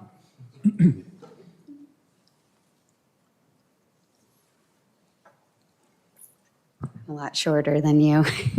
I'm Brittany Pence. I'm your strategic sales manager for this program. And so, yes, to answer your question, we can easily add equipment in the future to this program. We just add it as an addendum at that time. The only thing I can't promise you is pricing. I can't set future pricing, but we're going to be incentivized to be able to partner with you guys to get you that equipment when you need it. So what would happen is the 10 years will still end at the original 10-year term, and the next annual payment will include that additional equipment that you've added in the addendum. Yeah. Does that make sense? Did I answer your question? Did I hear that right? It would almost be like a deferred payment. So if we had an increase in equipment at year 5, we're still in we're paying the same lease rate on the original contract, and then Just adding at that year ad- 10, that's when you'll see the increase in run rate? So I'll give you an example. I might not have made sense on that one. So let's say that you purchase all of this equipment in year 1. You're going to have the $639,000 annual payment. Let's say in year 3, you guys add a station and you need to add one more piece of equipment on every single item here. What would happen is we would add that additional equipment in year 3, and your next annual payment would just add that additional equipment at that At the time. end of the contract period. Got it. Right. Yeah, exactly. Okay. Any other questions? Okay, thank you.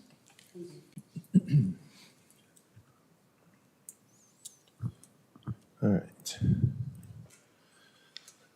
In training aspect, we did include the paramedic school reimbursement, $130,000. These are for firefighters who are going to paramedic school. It is a similar to the police department, is a reimbursement program. Once they complete and get a passing grade, we reimburse them at the end of the semester. What's that per? For firefighter. Yeah. So roughly now it's anywhere from $8,000 to $9,000 for paramedic school. So I think it's either we do 15 or 16, however. So like it completely covers. This isn't just Oh, yeah. up to a max of Yep. X. It's Yep, books, you know. wow. Yep. Now with these numbers, how does this correlate, or is this in line with your negotiations with the union?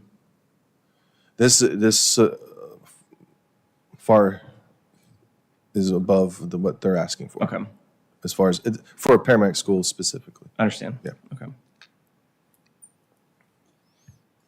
Again, so they get the reimbursement after they successfully complete the program. Yes. So I'll kind of ask the question that Commissioner Smith said. They don't have the funds in which to invest in the program. Mhm. Is there some kind of arrangement where the funds are sort of, that you help the firefighter get the funds, or? Yeah, currently, no, there are certain scholarship programs we assist them with, but nothing as far as Nothing, right. city-wide, yeah. I mean, because it's tough for us to do that, because if for some reason they use those funds and then go to a different agency, don't want to do this career anymore, how do we go to collect? Yeah. Well, that's why I was saying you have some kind of contractual agreement that, you got to work. The school system does it all the time. But if I can break that contract and I have no repercussions, then what does it matter? So with us. But what are the repercussions? I mean, what's the? Yeah, So- I'm going to say the other agencies do it. That's why I asked. And you just, you have a commitment. I would just like to hear how that's stuck to. I always think about worst case. So I hear you, and I think it's obviously the people we're a young department, so obviously not everyone has 10, 12,000 to throw Right. around for this. So it's obviously a huge incentive too to bring on new firefighters as well and to add to this. So it's just how do we? Well, I would think that if it had been a problem with other agencies, they would have cut the program out. If it was that big of an issue that they saw they were spending money, wasn't getting I it wouldn't back. assume Because that. you're not giving the money to the student, you're paying the money to the school. Commissioners, we can do very similar to what the police department does with the reimbursement. I mean, everything's negotiable and workable. And we do that over at the police department with their academy training to where they enter into a contract. That's what Mike brought up to y'all earlier. So it's not anything that's outside of something that we can't make happen. And we pay for their academy up front? Yes. Okay, yeah, let's just do that then. I mean, That's like I something, said, believe me, we can we're aware enter of and into we're a exploring. contract and work to make this happen. It's not something that can't happen. We will make things happen. Okay. Yeah, let's definitely explore. If we're already doing that, Yeah. and you guys have already figured out the right system for it, yeah. Okay. 6,400 again, equipment and machinery. Here again, there's our depreciation schedule. What's incredible here, the one in yellow, 2020 is when we ordered our last ambulance, and we still have yet to receive it. We were expecting it in October of this year, but it's taking this long to get turnaround on ambulances. The one we actually have budgeted in this current budget year, they won't even let us order it yet because they don't have a VIN number, and we cannot order or get a PO in place without a VIN number. Last year, we even explored the similar thing with an intent to procure notices and things like that, but it's that delayed. It's kind of crazy. So again, this year, we are requesting a replacement of 2 ambulances. One again is going to, So we're going to have Station 6 before then, but have Station 6, and this one will be to replace an ambulance and replace that ambulance we're using as Station Ambulance 6. is there an opportunity when we are no longer using, the vehicles, well, I'm just gonna say the ambulances that we are kind of getting rid of, is there an opportunity to resell them, or what happens to those old apparatuses, EMS ambulances? What So happens to them? typically they go to auction. You know, that's something Okay. that fleet maintenance handles. You know, if we just have to fill out so of our end, we fill out the asset disposal, and they handle it on their end. Sometimes it goes to an auction. Sometimes, you know, it just depends on what the need is. We actually, a long time ago, we used one as I don't know if it's the SWAT unit. You know, we reallocate certain things, but typically ambulances are worn down by the time they're done. As you can imagine, they run all over the place. So it's something typically it's just placed out of service, or disposed of. What's the life expectancy of these So ambulances? useful life for us is 10 years, but a lot of those we're re-exploring that because a lot of them we were able to place as reserve ambulances. So again, they weren't running as hard as the front run ambulances, but you can see with our depreciation schedule, you know, all of our front runs are less. And then ambulance 3, which is the one we're currently replacing, as soon as we get that, that's going to be the next ambulance. So that's coming in October. And then one more vehicle for the EMS and safety captain. It's it's 80,000 versus 70,000 because it's a different light package than a typical admin.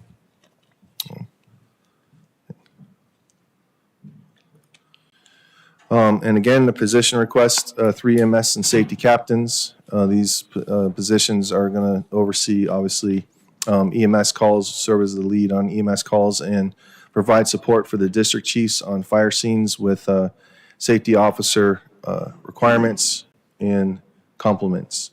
So that's what we're requesting in EMS. So will safety captain work in line with Chief Maynard? I guess. So, well, no, they're actually going to be on shift. So yes, they'll report to both safety and EMS. Okay. If that makes sense. But they're going to be on shift personnel. That's why it's only going to be one more person on shift, but it's 3 total for all 3 shifts. Gotcha. So they have one vehicle, kind of like a district chief. You know, where you know, the initial spot we're planning on putting them at Station 2 because it's centrally located. They can run up north to Station 5 or run south, you know, Station 1, even out east to Station 3 and things like that. Okay. And again, it models most agencies around here with that EMS safety position. Okay. And the salary that's listed is correct, even though it's for the last quarter? Well, this is for the. Is this the new business? It says July 1st, but it says $73,000. That was an annual, I believe that one was. So if that's a Mr. quarterly, I'm going to Captain, change jobs. Mr. Captain. Yeah. I mean, that's what it the says. annual. That's annual? Yes, the benefit total package 136, Right. that's annual. But it says July 1st of 2024. I know, I told them I'm gonna update the dates. Okay, all right. Hey, I'm just watching the money. I see. Any other questions for Chief? I better wait for Mr. Becker. Yeah, while we're waiting for him too, I can fill in just a little bit of just commentary overall. I think having a training captain would be very advantageous. I mean, you have how many, 130 current firefighters. We're going to add another 14 really between the 9 and the 5 vacancies. So we're going to have 144. I think having a training captain training was our biggest efficiency, our biggest place to grow. So I think having a training captain would absolutely be advantageous for our department. So I would definitely push for that and think that we should add that back in some capacity. But obviously it's what the whole commission wants, and obviously it's something that you felt value in as well, that I think we could be using. Any other final questions? No, I'm in agreement there. Because, I mean, in all fairness to Chief Knapp, I mean, a lot of his process right now is still very manual. Oh, And it's. when you have a very manual process and trying to service an organization of 135 men and women, we know how hard that can be. I mean, I work in an organization where all that learning management training, it's all, computer-based, automated, and all that good stuff. We don't have that luxury here. And so we've got a lot of people that need to get trained on a lot of things, and I don't think that's a one-man show. And what is that salary? Well, if you look at, These, if it's are all captains created equal? Because my point Except being is Captain that America. the EMS has fire captain here, and it's 73 base. The total package, 136. For the training captain? Yes. That's Miss Zoe. Commissioner Vasquez? No, I'm actually looking for a memo. Yeah, while you're doing that, I forgot, and I don't know if it was discussed while I was using the restroom, but the training budget itself, again, we've got $300 per person. Why can't we be a little bit more bullish on the number? Even, because in the sense of creating a bigger budget, thinking that they may not use all of that, but it seems to me like there's a need to do the proper training on an annual basis that's more than $300, but less than, what scares everybody, like 5,000 a person or 10,000 a person. I think there's some sort of balance there. $300 just seems too low. And understand that that's still being negotiated, and I think you're, right, that's part of the. What's the allocated number monies we're and- trying to get to? What's the number that's being asked, and what are we at? What were you? 600. 600 is the goal? Oh, it's 600, yes. 600. Yeah, and there's nothing that precludes us from taking a stab at what we feel as a council is correct right now, outside of negotiations. I mean, going from, and I'll take out the admin and just keep suppression and EMS. If I do that, you got 135 minus 9, 126 times $600. Did I do the math right there? 129? No. 135 minus 9 equals 126 times 26 times 600. $75,000 total. If we did $600 per everyone in fire suppression and EMS, above and beyond the paramedic school, which is kind of, to me, apples and oranges. So I mean, in reality, it's a $35,000 or $32,000 increase, effectively, or 37, excuse me. In my mind, it's immaterial, but again, that's one less thing that you potentially have to negotiate at the table. If we're getting to a place where people think that that's a comfortable budget for training, and with the idea that there may be years where each individual doesn't use that full allocation. I've never really gotten a clear answer about if I'm a firefighter new to the role and I come in, what are the requirements for me to keep my position, to satisfy all certifications, requirements expected of me as a firefighter Sure. on an annual basis? Now, knowing that part of that is training that has to be done probably outside the walls by a formal training or class. Right. Some of that can be handled through another form. Right. But generally speaking, Just to stay certified, in other words, right? So if you're a firefighter in the state of Florida, you're actually certified for 4 years. If you're actively working in a fire department, that renews automatically, for lack of better words, for the fire standard side. It depends, again, it's kind of a different question. If you come in on the year where the EMS renewals are due, because we renew our paramedic or EMS licenses are renewed every 2 years. So if you get hired on that year, or now it's required to renew, you have to renew that year. But you might actually get hired and have a 2-year span, so it just depends. But the minimum requirement is just stay active with the fire department, which you're hired, so you're here, and renew that EMT license, which also involves BLS, and if you're a paramedic, BLS and ACLS, which is Advanced Cardiac Life Support. Both of those we already do in-house. We provide the training for both of those, actually yearly. So if someone happens to be out on PTO or vacation during that year, they don't miss out on that renewal training, if that makes sense. Like you kind of mentioned before, obviously there's other requirements. There's yearly requirements as far as company, multi-company, driver training if you're a checked off driver, certain things like that that are more robust, but What's in basic. line with other municipalities? Because this is obviously an incentive to retain and attract. So what are other municipalities doing? For for this specific, for education reimbursement or training, I guess, reimbursement, for what we're discussing I believe we're right in line or right where we should be. at 300, No. at the 600. At 600. Yeah, 600 I think's fair. No?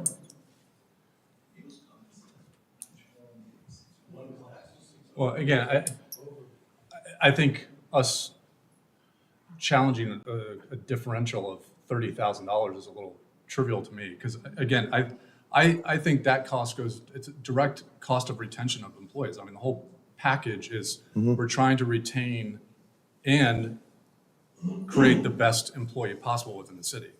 So a $30,000 increase in training budget, and again, I would argue that you're probably not going to burn through all that in one given year necessarily, because I'm sure that you have some sort of process by which each member of the department applies to get, to go to certain classes for reimbursement of certification, testing, this, that, and the other.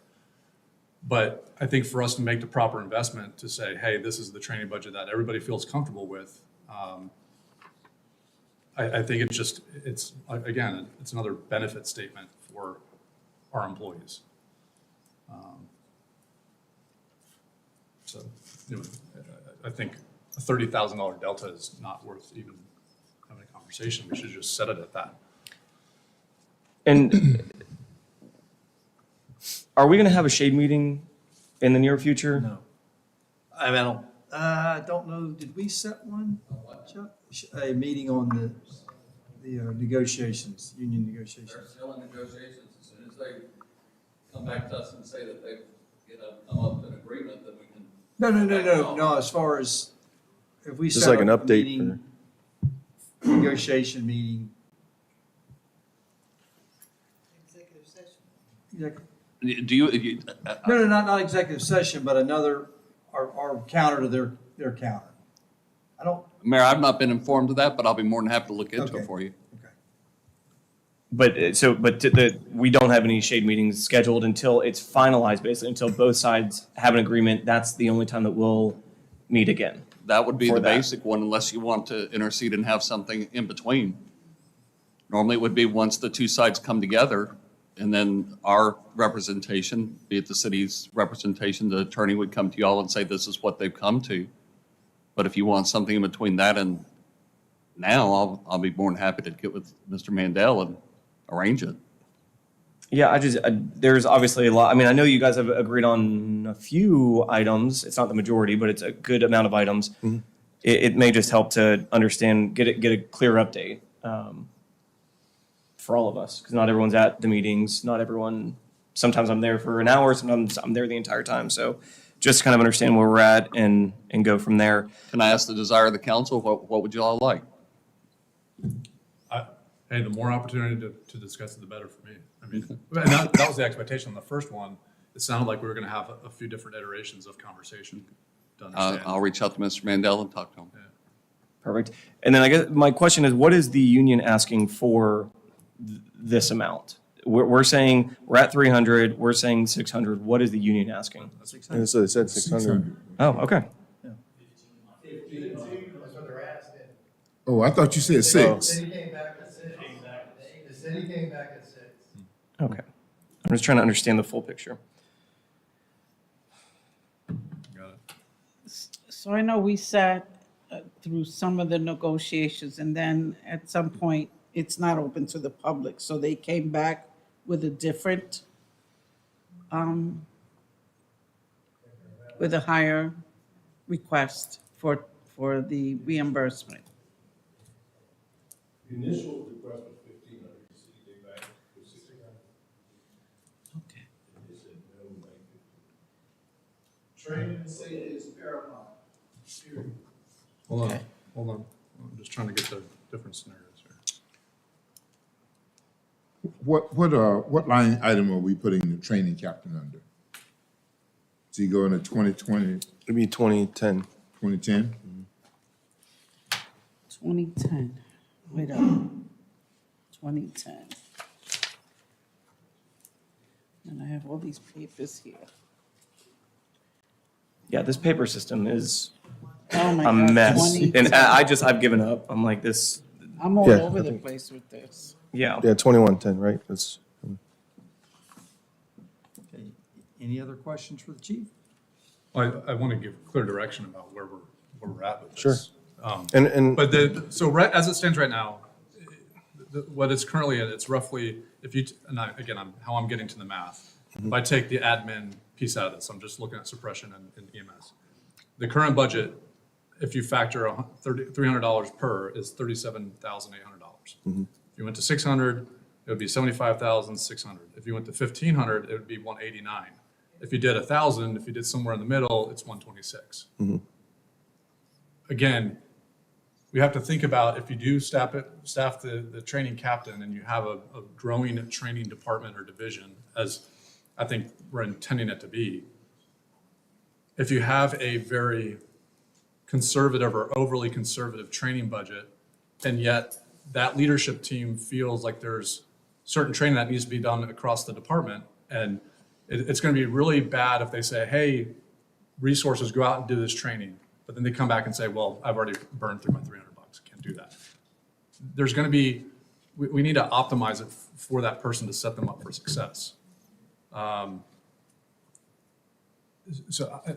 you know me, I'm good with being a little bit better than what's needed. sure. Because again, I firmly believe that we're not going to burn through that entire budget every single year. But for us to earmark that, it shows good faith. And it allows our people to feel like they're going to get the proper training. And again, it goes back to retention. I mean, do the inflection point of every person that we lose, how much training is going out the door, and how much are we having to onboard train, all that good stuff. That cost of acquisition on a new resource is going to be much more expensive than us investing properly on an annual basis. So I'd say, and again, I know that we're not trying to negotiate outside of that, but a good faith number to me, I would think is just set the budget at 1,000 and be done with it. Because I think that shows good faith. And again, it's not per person. Everybody's going to guarantee that. Sure. It's setting a budget to say, here's the total pool available on any given year. So if you set that roughly at 125, that doesn't factor in for the additional hires, but that really kind of comes into play for next budget year anyways. That's 125 to me seems like a nice round number, and that gets us to around that $1,000 per.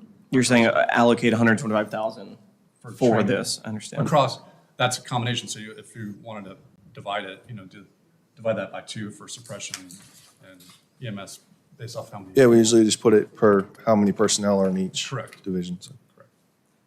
Okay, so go back over that number again. So what I'm gonna say, and so here's where we're at. 300 is what's baked in there right now. Right. No, it's 600 really is. Well, if I do the math, it's 300 on here, and it says explicitly 300. Right, I mean, but But Okay. yeah, that's, I think, too, we also have funds, again, that during this process, we have wiggle room, if that makes sense. Right, but So- I want to be very prescriptive. So 300 is, again, I'm just going based off of what's written in hard text within here. It's Right. 300. It sounds like there was some meet in the middle number of 600 maybe by staff. I think the union was driving 1,500. So I think a good faith number is 1,000, and that's how you build the 125K. So if you back out, it's actually 126.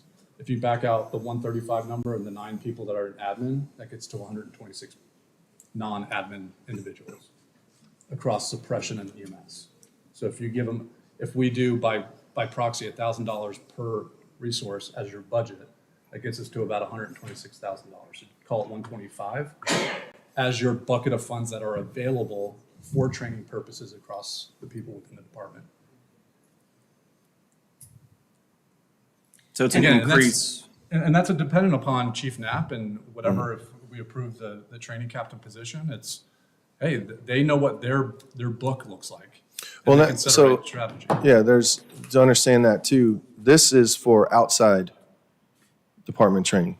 Okay. That's- Well, yeah, outside or. Sure. you know, there's naturally going to be a cost of even internal training, right? Because there's going to be, I don't know what that looks like yet. Sure, But sure. yeah. Yeah, I just want you to understand that it's, earmarked for them to go take an outside course, be it a college course or the fire, but then us in-house, we offer a lot of classes as well. Could so- be, again, we're kind of entering this newer, I'll call it, because we're in the midst of the wave itself, but to Commissioner Nessa's point before, in terms of density and higher rise housing projects, you've got a nuanced form of training that needs to happen. I'm talking about this, I don't know what I'm talking about. I'm not a fire person, but it seems logical to me that there's going to be, as we grow and we see these new types of development within the city of Apopka, there's nuanced training that's naturally always going to need to be happening and refreshed. Right. And you know, if you see in the lines too, there are specific courses and classes that we have budgeted out as well to bring in outside people as well. So the total, if the council agrees to that $1,000 total, it's a change of 87,200 in addition, and then plus the training captain is 136. So it's basically a delta of 223, 268 increase in the total budget on that side of things, including everything else. Just to put it in that perspective as well. Any other questions for the chief? All right. Thank you, Chief. Appreciate it. Thank you. All right. Mr. Hippler. And for the benefit of the people in the room, I think naturally when this all culminates tomorrow evening, we're going to have kind of our foot in the sand positions on all these things that we're discussing here, correct? Right. Yeah. Because we have to set the millage tomorrow, correct? No. No. Is that, you do that, what's today? At the special meeting that starts at 7 And that's when? tomorrow.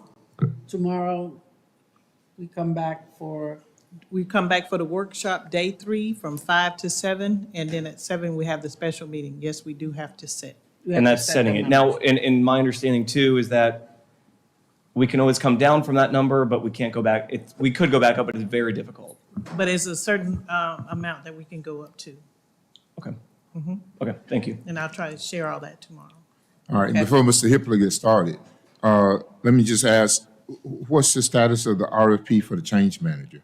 Or did we abandon that, or what's the deal? No, it's due on the 28th. Right. 28th of July? Yes. Okay. All right, Rob. Take it away. All right, Mayor, Commissioners, Robert Hippler, Information Technology Director. I'm going to start mine backwards, actually, and I'm going to go off of Sherilyn Chess's program she put together for us, and she did a lot of hard work getting this going for us, not knowing most of the back end on it. She may have had a little assistance from some of the existing finance staff, but again, we're going to start off using this software, and I'll jump over and talk about some of the high-level changes we've addressed here. So looking at my 24 proposed budget, you're going to see personnel costs are going up a little bit. I have 2 new employees from this time last year that are now in the IT department.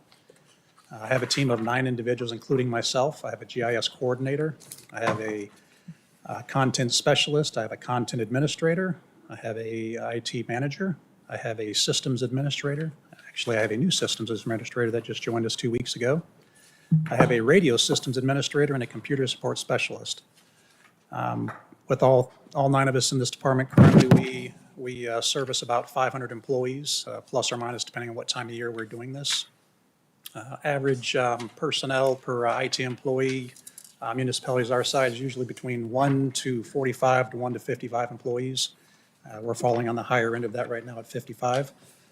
One of my requests coming up, you'll see, is a security specialist that I'm looking to add to the team. That's an integral part that we currently don't have on board.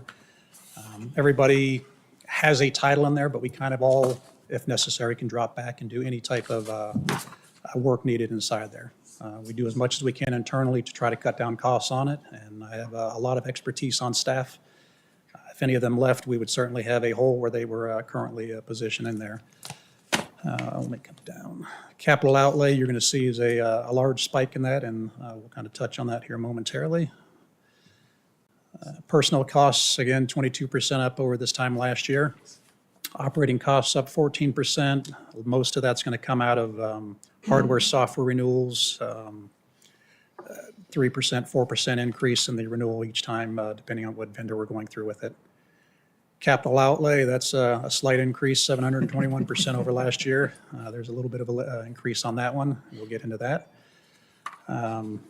Looking at the increase following items, there's a couple items that look like they may have been held over from last year, so we'll skip over those. But again, the personnel request we're looking for is a cybersecurity specialist. I don't know that it'll be a full-blown CISO, which is a security information officer. I don't know that I'm going to be able to afford somebody like that. So I am looking for an experienced cybersecurity specialist, and I'm hoping that's something we will afford for that matter.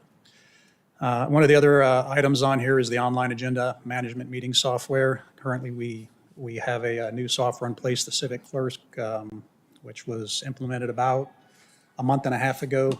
We've been running on that system right now. It's a much easier software to use as far as getting the budget put together, and the staff's slowly getting around to understanding it and seeing the benefit of having it. There's a modest increase on that price from the previous years. We've always had an agenda management software that had limitations to it. There is a new public records management software that the entire city utilizes that was implemented this year. It was put in place back in May, and they're sitting at close to 800 records requests so far that have been submitted to it. The PD does the brunt of those requests, and I don't understand how they're actually doing it. I'm assuming they must have at least 2 people doing it full-time over there.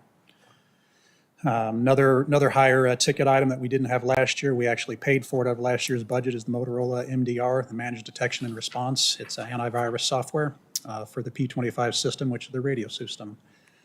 That safeguards between the SIN, the Customer Enterprise Network, which is us, and their network. They're taking care of their side of it should anything come across from us, and vice versa. The remote supports from last year. There is Public Services has a tool on the website from Recollect. It's a calendar for all of the trash pickups. You can put in your address to see when your pickup is, when your bulky pickup is. Your recycling, it'll tell you what's recyclable, what's trash. So if you haven't had a chance, go to their site on the website and take a look at that. Josh Robinson was a big opponent of that, so we were able to get that for him. The systems hardware log management, that was a holdover from last time.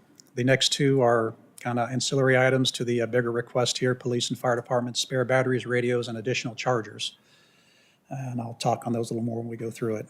Website upgrades, department headers. We're looking at doing an actual department header website for the we're currently working on that, the amphitheater. So that'll be one that we move forward on here to give it its own look.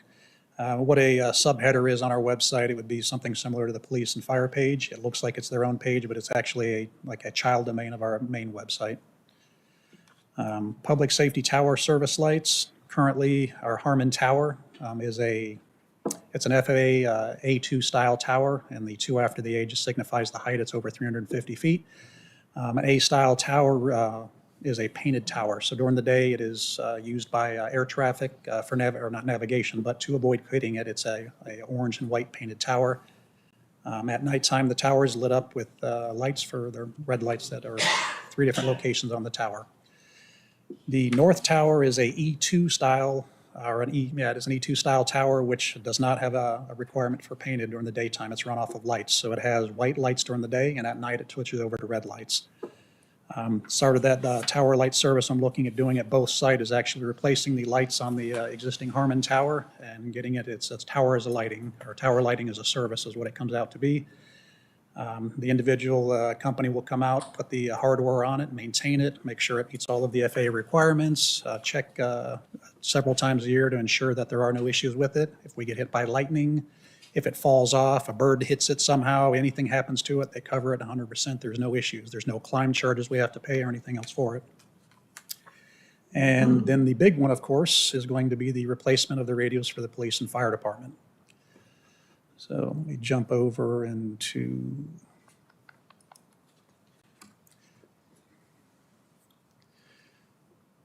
I'll come back to that one. Let me hit my lines and I'll jump over to that radio portion of it. Just for the increases, what you're going to see is the additional cost over last year. When you see a price, that doesn't mean that's how much that costs. That's the additional cost over last year for it.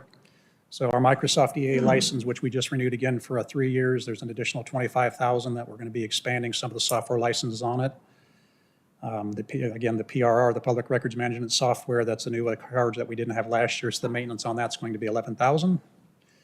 We'll be doing Civic Optimize, which is a digital services software that the media side uses. That's where online form creation's done, any type of digital services, any forms with built-in payment gateways. They would create those for us. 4,600 on our maintenance. We have our Esri. We discussed on that, or Jim Hitt was talking about Esri. That's the GIS software that the city uses. We have an enterprise agreement implementation currently going on. That is being run by Mike Suber. He's our GIS coordinator that we just brought over to the IT office. That's probably going to take several months before that is fully up and running, but that'll allow for a much more robust presence on our website as far as mapping, showing the flu map, showing different locations of the city, density. We'll be able to do an amphitheater, Camp Weewah, anything we want to do with it. We can show the amenities of the location so somebody can go through, click on it, and it'll be an interactive map for it. That Esri license, that enterprise, allows up to 250 of the Pro desktop software implementations. We'll never put that many on there. We don't need that many. But it allows for the utility network mapping, which is a big plus for us for the GIS side, where they can put new updates on at real time to where the workers out in the field get it, as opposed to manually updating a map and publishing it up to the a current system we're using. Data backup appliances. This was something we renewed 2 years ago. The first payment's coming in for that. It's a 3-year agreement on that. We've been using these particular appliances for many years, very successful with them. I've increased the unforeseen acts of nature. This past year, we had a lightning strike back in June or July of last year out at the Harmon Tower, as well as the North Tower, and we had damages of close to $65,000 to repair the Motorola equipment that got hit out there. The tower top amps, some of the boards inside each of the locations were destroyed in that, so we just recently paid the last bill on that one. Storage array maintenance, there's an increase on that. Motorola service contract, there's about an 8% increase on that from the previous year. Again, that contract covers the P25 system, the radios, as well as the wireless side of it, maintenance for that. We can talk a little more on that wireless side. Commissioner Becker, you'd asked about the existing Wi-Fi poles out in the community and costs on that. I can get some information for you on that. Again, under 4,600, the P25, the managed detection response for Motorola, that was a cost we didn't have last year. The 5,200 line under the operating, 30,000 is going to be for the additional police and fire radios. That's going to be the big change on that line. And then, of course, under 6,400 is the replacement of the portable radios. So there's a total of 222 radios that we're looking to purchase for police and fire. These radios are the Motorola APX. They're the next gen, or next radio, not next gen, next radio. They're basically a smartphone ruggedized as a radio for the police and fire. So features on there include GPS. You're actually able to see your other units, locations of them. You can see breadcrumb trails on these radios. Over-the-air updates for it. We don't have to physically go touch these radios as we currently did here for the last upgrade we did for the multi-zone. They also have cellular built in, so you can be anywhere in the country if you needed to be on your radio, if there was any communication issues, or for some reason we had tower problems. So these radios are state-of-the-art, and they are a multi-frequency or a multi-band radio. The fire department not only runs 7,800, but they're also running UHF for communications with the hospital.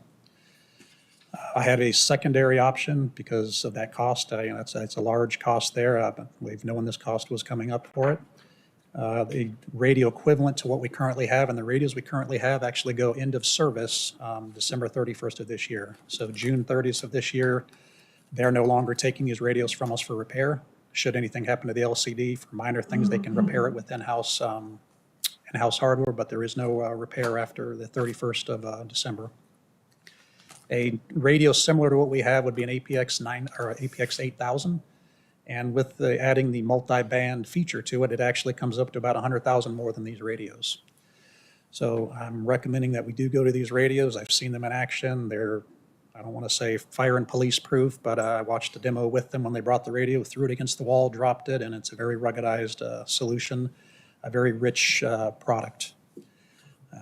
There's financing options. We can certainly look at this 3, 5, 7 years if that's the case we want to do it, or if we're looking to pay it all up front. And there is one line, I believe it was 68, I believe. There's $150,000 for a point-to-point circuit for our multi-zone project that we did where our tower talks over to Orange County. So our north tower up of Mount Plymouth, we have a fiber running from there over to Emory Court over in Orange County, where that's how we're joining their network. That costs about $25,000 a year. I was looking to mitigate that and say, all right, let's do this wirelessly with a microwave dish. I guesstimated $150,000. I was 50% lower than I should have been. It's about $300,000 for the 6-foot microwave dishes for that point-to-point circuit. So looking at that, the return on investment versus what we're paying today is about 12 years. I can certainly get a cheaper circuit. Now that I have time to work on this, the circuit we're currently using is through AT&T. And it's a specific circuit. It's not a run-of-the-mill. It needs a very low latency, and there was a few other requirements for it, but I think I can get something from another vendor down the road if necessary. So there's $150,000 technically that should not be on my budget, and Blanche, you may have corrected that, or that may have been an error that I'm still seeing it, but that technically can come off. And I can certainly take any questions here, and then I'm going to jump into the department a little bit more. Any questions? Capital? I might have to come back to you, but we don't understand what the point-to-point circuits are. Okay, so I mean, but what the bottom line of that conversation is what you were trying to do, some sort of capital improvement to reduce a recurring operating expense, expense, correct. Okay. And that was good, but the payback period was going to be what, 12 years? That's 12 years using the current circuit that we're paying for. Now, that circuit's very expensive, and I was working with another, unfortunately, the incumbent provider out there is not AT&T, so I'm having to ride off of a Lumen circuit, jump on AT&T and back to Lumen. And it's more expensive than I would have ever expected to pay. It's about $2,200 a month. So your cap budget is overstated right now? Yes. Okay, got it. Any other questions on that? The $2 million radio replacement, you were saying that either we can do that in a lump sum or there's an option to pay over time? Sure. Motorola would certainly allow finance options for it. I think Blanche had options as well. I mean, I've actually can show you rates of what the 3, 5, and a 7-year plan would look like. I mean, I have it with me now if it's case of something you want to see, and it's all right in the 4% range, depending on where you are on the 3, 4, or 5, and 7-year plan. I don't know that you possibly can get cheaper financing. That was something we discussed during the initial budget talks. I mean, that's less than what we're getting paid. We're making more with our money sitting in a savings account right now than that debt would cost us. So I think that conversation's worth having. Any other questions on that? Oh, I guess, are you done with your presentation, or? I'm skipping it straight to the point, talking about the meat and potatoes of it, and then we can talk about the department and what we do in there. But Okay. I'm sticking to where we were, kind of how we went last night. I can't one up the police and fire with what they were doing using the OpenGov software we have right now. So You're done? I can still talk about No, the I Wi-Fi. So as I far didn't as want to be rude. I didn't want to. No, that's launch what I'm into saying. We're questions. short to the point. I want to keep it in here. These are the highlights. These are the increases over the previous year. You've seen the 23 budget, line for line, 26, or the 24. What jumps out? These are the increases. So what jumps out the page? What's the life of our contract with OpenGov as it relates to budget? Because we've got $48,000 that we're paying for them, and we're claiming that their stuff doesn't work properly. Don't know what that is. I don't know if that's annual. I know that was added last year to my budget, but I don't know if that's a contract. It may be year to year. Because if anything, if we're stuck into a contract and we're not getting the level of service that we expect, I mean, at minimum, I would hope that they would throw in training for staff on how to use the system optimally. Because, I mean, right? I mean, because if we haven't reported a bug and it's not on their list of issues to mitigate on their side from a programmatic perspective, it's our frustration is in la la land. Yeah. So I either it's a didn't- training issue or there's legitimate bug fixes that need to happen with the system. So you've got a fairly new finance office in there, so I can't say that it was all bug related. I didn't create the budget, so I'm not going to say what did or did not happen to it. But you do have a fairly new team in there that didn't have the experience of it last year or may not have the ins and outs of it. I think it's a relationship issue that we should force them to say, hey, can Absolutely. you come in? And it's not a knock on anybody. It's just more, hey, if you got new people to a system that they haven't used before, because The issues that happened with the system was not on our end, and they do offer training, we pay for it. It was on their end. They are the ones that had to go and do some reprogramming with their software in order to make it work properly. It wasn't a part of data entry or anything like that. It was on their end and how their program functioned in order to pull in. So take me through that. So if I'm an end user with the city of Apopka, and I'm logging into OpenGov to do my budget compilation. I'm going into the system, I'm entering stuff into their base software. I'm entering stuff and it's not reflecting as I would predict it to be as you're entering it. I'm assuming that's what got you to the point where you're communicating No, with? we were able to enter the 24 budget is when we got ready to pull the 24 budget forward into these highlights, into this information that you have in the books. That's when it began to zero out the information here, and the information was incorrect going into these tables. But OpenGov had to actually, on the fly, Yes. update that. I've never heard of something like that. They had to Unless go- it was a they would- configuration issue that we just didn't have a setting. This done was the first year was the first time, as I understand it, they used it and the data was there.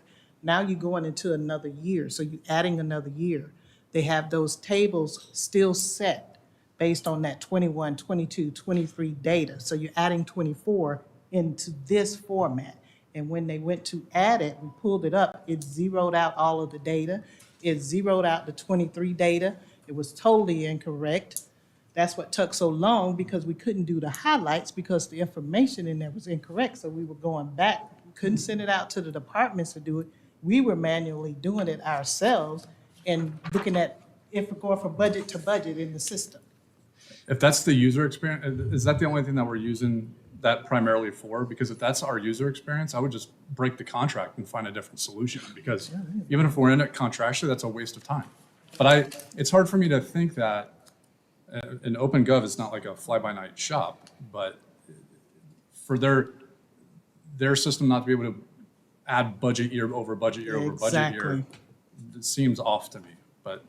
That's what happened, and they worked on reprogramming, doing a patch almost, because of the updates, whatever updates they've done throughout the year with the system, it actually didn't account for that. So when we had the 24 budget in the system, everybody worked in the system with the 24, but when we got ready to prepare these reports and do the highlights, those tables, the tables that you see on here, the information was incorrect and the 24 data was not showing.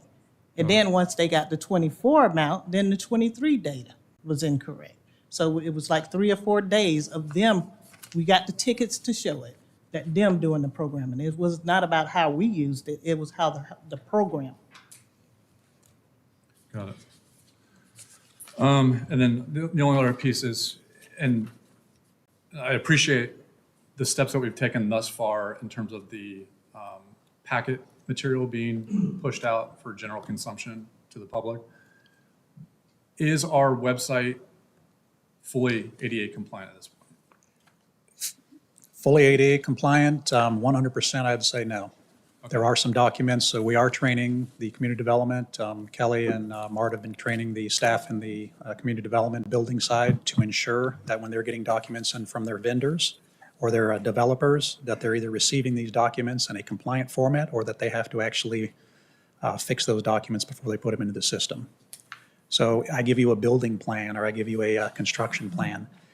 If they haven't done anything to that that document to make it compliant, make sure that it has alt text on images, or if there's a table, if it's not, if it doesn't have tags appropriately for it, then they're giving us a broken document that we must fix before we put it up.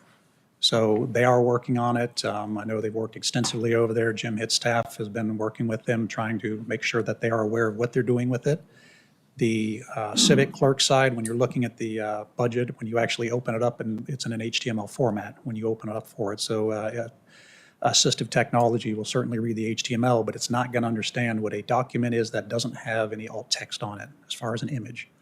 So they are certainly working on getting those done to make sure they are there. The information we're putting out is something that if there was an issue or if somebody had a problem reading a document, that we would certainly be able to assist them with that document. Got it. So there's two scenarios at play there. So one is what you described, and correct me where I'm misinterpreting. That scenario is when developers or applicants have what they plan to show during a meeting, having staff making sure that it's ADA compliant when it's rendered within the newer software that we're using to put that out and publish it. Even before it's even put on there, it wouldn't matter what software, they need to ensure that that document is either tagged appropriately in that PDF, meaning there's a paragraph tags, header level tags, list labels, everything in there. As long as it's done properly, then it'll apply over on the HTML side as well. Got it. So it's on that side of the fence, it's a process Yes. issue to ensure. So Correct. nothing from a budgetary perspective to say, hey, there's limitations on anything that we have in terms of that solution.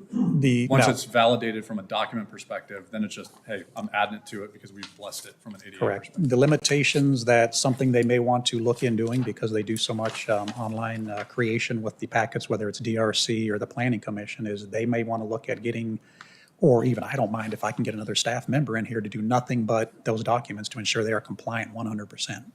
Now, I can certainly go to websites, I can go pretty much any website, any city website, pull a document down and show you a non-compliant document. So looking at where we are versus where other municipalities are, I'm comfortable with our documents not having any issues. The previous incident we had that you're aware of was an unrealistic expectation, and it was somebody preying on city, county, municipalities, private businesses, purely monetarily, had nothing to do with the disability. And then on the flip side of that coin, from an internal perspective on Civic Plus, you use the example, so I'll just riff that one, but CRA, for example. Currently, I don't think there's any forms out for CRA because there was mentioned in one of the previous workshops that there was some ADA concern or what have you.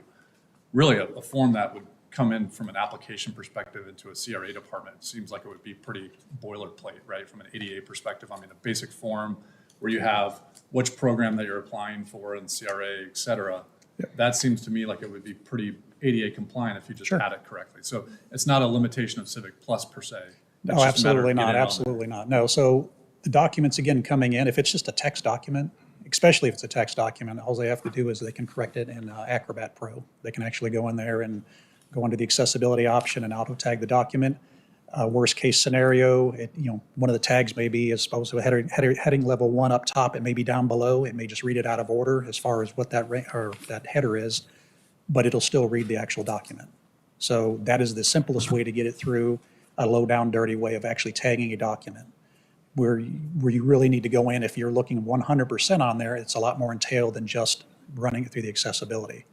There is a lot behind a document, making sure that it is a compliant document, all of the metadata is correct for it. And, it's truly, it could be a full-time job. But point being, it's not a system limitation. It's Absolutely not, no. Hey, if I decide to do something, it's just, hey, I've got to go through the 10 steps that's required to make it happen. The Civic Optimize, the digital service software I'm telling you about, is all HTML based. That is 100% compliant. It's very intuitive. That's kind of why we actually stepped it up a little bit on that. But all of our forms that we're creating online for that, whether it be for Susan or whoever needs these forms, these are compliant documents. But to your point, we're still not 100% there. I'm sure I can go find a document on our website under the agenda that has an image that doesn't have all text to it. Absolutely. Right. And I guess that's my concern. Although, yes, we may be better than the rest, we still, if we're not at 100%, we're still open up to liability there. And I don't want to, even anybody that's going to take advantage of our weakness, that it's still liability on our end. And we should be doing what we can to make that Absolutely. right. And that's why we're training and trying to make sure that they understand what they're putting up there and emphasizing the importance of it. And it's my concern that in community development, although they are fully staffed, that they may not have the time. And again, You are 100% it's one more correct. additional step that they're doing so many projects. Again, we have so much development going on. So what would that look like on your side if we did hire somebody that exclusively focused on ADA compliance? Us training inside, we could maybe get somebody a little lower, somebody that's coming in with that actual experience, that's going to command a higher salary. Not that it's not worth it. Even potentially a part-time employee bringing it in, if that would even be, if somebody is willing to do part-time, we may be able to benefit from that as well. But, I would expect to get somebody in the door that truly has knowledge and knows what they're doing, you're at least 60. Okay. And in the scheme of things, that's nothing compared to a lawsuit. So I mean, Exactly. the way of looking at it, but, we certainly try to give as much training we can to them. And to your point, they are inundated with construction diagrams, whatever it's going to be, change of zoning, whatever. There are certain forms that they get that come in each time. There's maps on there that you will never be able to explain a map to somebody that is visually impaired. So you have to give it some alt text showing, complex for the KPI intersection the best you can. There could be 1,000 different markups on that map that you will never, ever be able to explain to somebody who cannot see. So either we take them back off or potentially limit those documents not from being out there again, which would, again, the public would not get to see some of those documents ahead of time. And so that is some of the resounding comments that I'm hearing is that, we certainly want to see it. And I don't want to not have them see it, but at the same time, I'm not looking to subject to us or for a liability purpose either. Absolutely. Well, I would definitely be interested in seeing somebody on staff, whichever department that may be, focus on this because Sure. people are out there to And I to check our understand that, weaknesses. and again, giving them, affording the ability to assist them with a document is what we're supposed to do. We are the first line for it. Under the ADA, I believe it's HR. If there's any issues with it, they would contact them, and we would assist whoever's trying to get a document with whatever they're looking for. But as you're saying, there are certain individuals that may decide to try to capitalize on something. And like I say, I can pretty much hit any website, you name the site, I'll go to it, I'll pull a document down, and I'll show you that it's not. There could be a hybrid benefit for both your department and Clerk Bones' department. I mean, Sure. I mean, Yeah, again, that is something there's needed. a shared benefit across multiple departments. And just that person doing just that would be something that would certainly take a lot of weight off of, what we're doing now, a lot of the weight off of the community development side as well, because it's the same thing, like, again, I can't say it enough. They have a lot going on. They're taking documents in. Some of these documents are even sealed. So if you try to alter it, it's not going to let you change it. So then we have to actually communicate with the person who sent it saying, hey, I need this in another format, or I need you to unlock this so that we can actually do it. Because if I take that and scan it, now I've just completely destroyed that document, especially if I can't OCR it. And even if we do OCR it, sometimes the character's not coming back properly. So there's a lot of issues that we run into trying to figure out the best way to get these to come through. And there's a lot of hours into this. Absolutely. And I just think it's beneficial. I mean, besides the lawsuits and everything else and doing what is required, it benefits our community for those that do have that need. So I think it's definitely worthwhile that we. Well, I would certainly love to add it to it if I had that 150 in my budget that I technically don't need. It's not my call to do it, but that certainly could be reallocated for another position. Yeah, I mean, it's up to the majority, but I definitely think that we need something like that. Well, talk me through that. I want to know the impact, like community development. So in that scenario, who's doing that work? Like that document comes in, it's not properly tagged, all that sort of. Is that community development getting on the horn and calling their counterpart who's on the If it's a application? sealed, sometimes these documents are sealed that they can't actually open it. It's got a lock on it, like a certain PDF, they'll lock the PDF so that you can't do anything to it. So it would entail them getting them saying, hey, either teaching the individual they're dealing with that I can't have it in this format, I need it to be in a compliant format, which truly it should be. But at that same time, they don't care because it's not their website. So they're going to send it however they have it. But is that community development having that conversation with the applicant? They're the ones receiving the documents, absolutely. Even more of a point to be made, right? Because community development needs to focus on community development stuff, not, screwing around with document formats and I agree. whether or not something can be read or not read. I just see multiple benefit here across multiple departments on something that. It builds efficiency, reduces liability, and it's what's right. Right. 150,000. Throw that out there. Add it to the proverbial list, right? No, add it to the real list. Okay, any other questions for Rob? All right, thank you, Rob, appreciate it.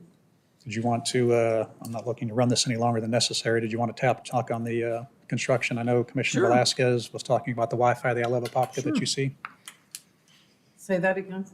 You notice on your iPad, you'll see an SSID broadcasting that says I Love Apopka, and you always ask about it? Yes. Okay, so that is a legacy SSID that's out there. There's no transport to the internet, but it still is active on many, many access points throughout the city. So I've contacted Duke requesting to know, first of all, how many of these poles are we being charged for? What is the monthly, and I got with our accounts payable, what is the monthly cost on the power? What is the cost on the rental? And of course, the locations. So now I have the locations of it. As of this moment, Duke provided a location map of 78 unique locations that we are being billed for. So we're renting 78 poles, or we're renting space on 78 locations. So I don't have a need for those. They're not doing anything for me. This is all being paid out of the PD's budget. However, this would be a conversation I think that Chief McKinley and myself can have and say, do you foresee you ever having any IoT device going on this, or any type of Internet of Things, something that we need access to, what have you? Most of these are in the central part of the city as far as these devices. Let me see if I can pop that up So- real quick. Oh, where are you? You went back, okay. So these are all going to be generated off lat longitude. So we're in Africa now? We're getting there. We'll be there in October.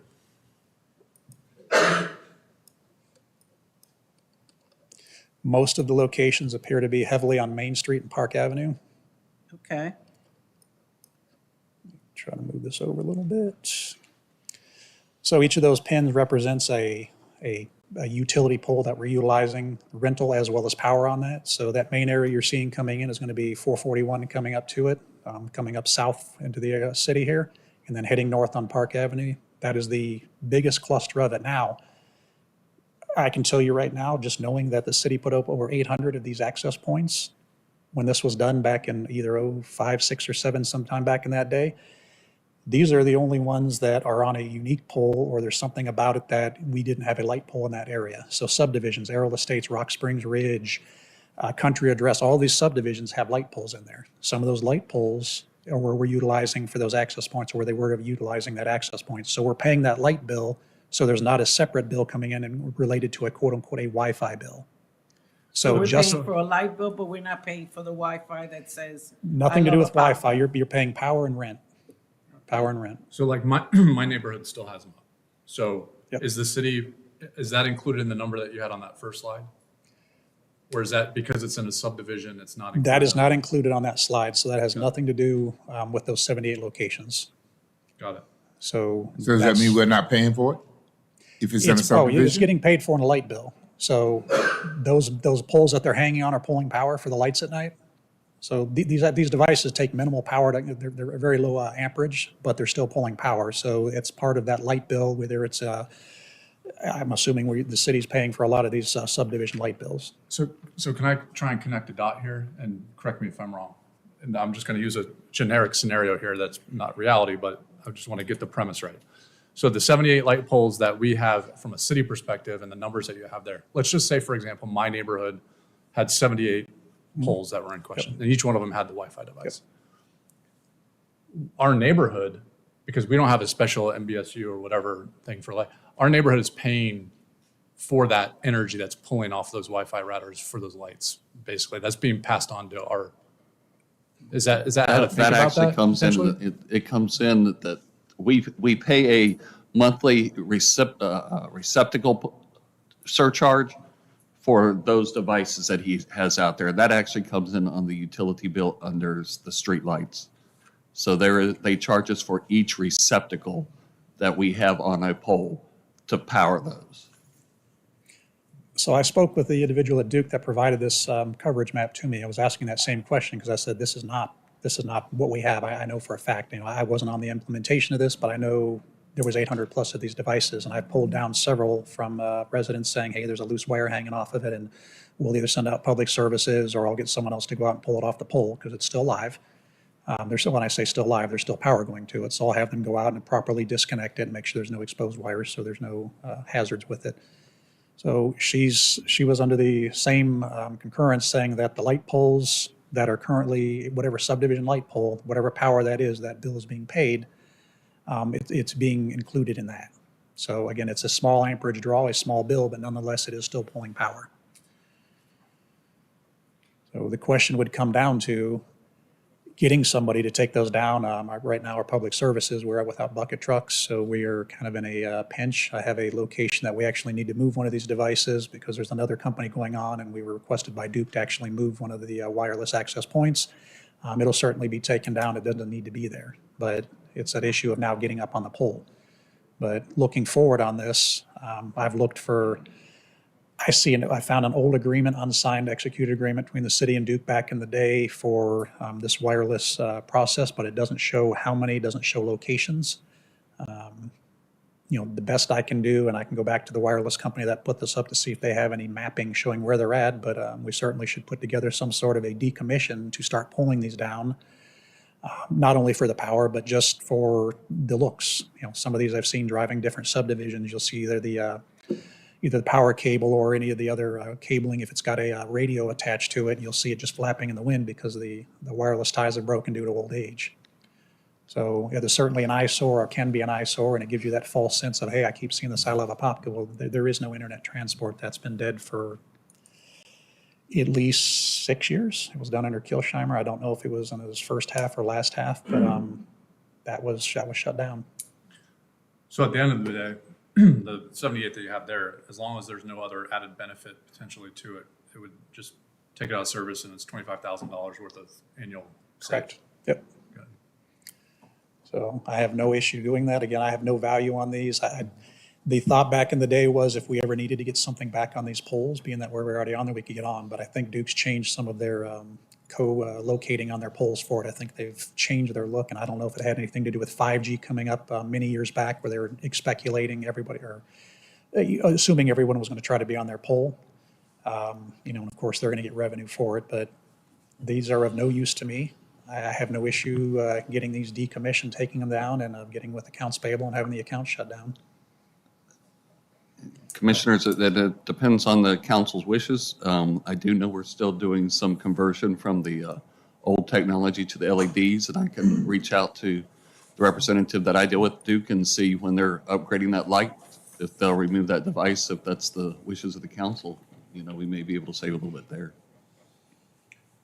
Because if we didn't put them up, I mean, why do we have to why we should be responsible for taking them down? We did put them up. Oh, we did put them Yeah. up? All through the neighborhood as well? All those devices were put up as part of the The wireless city network. paid for that.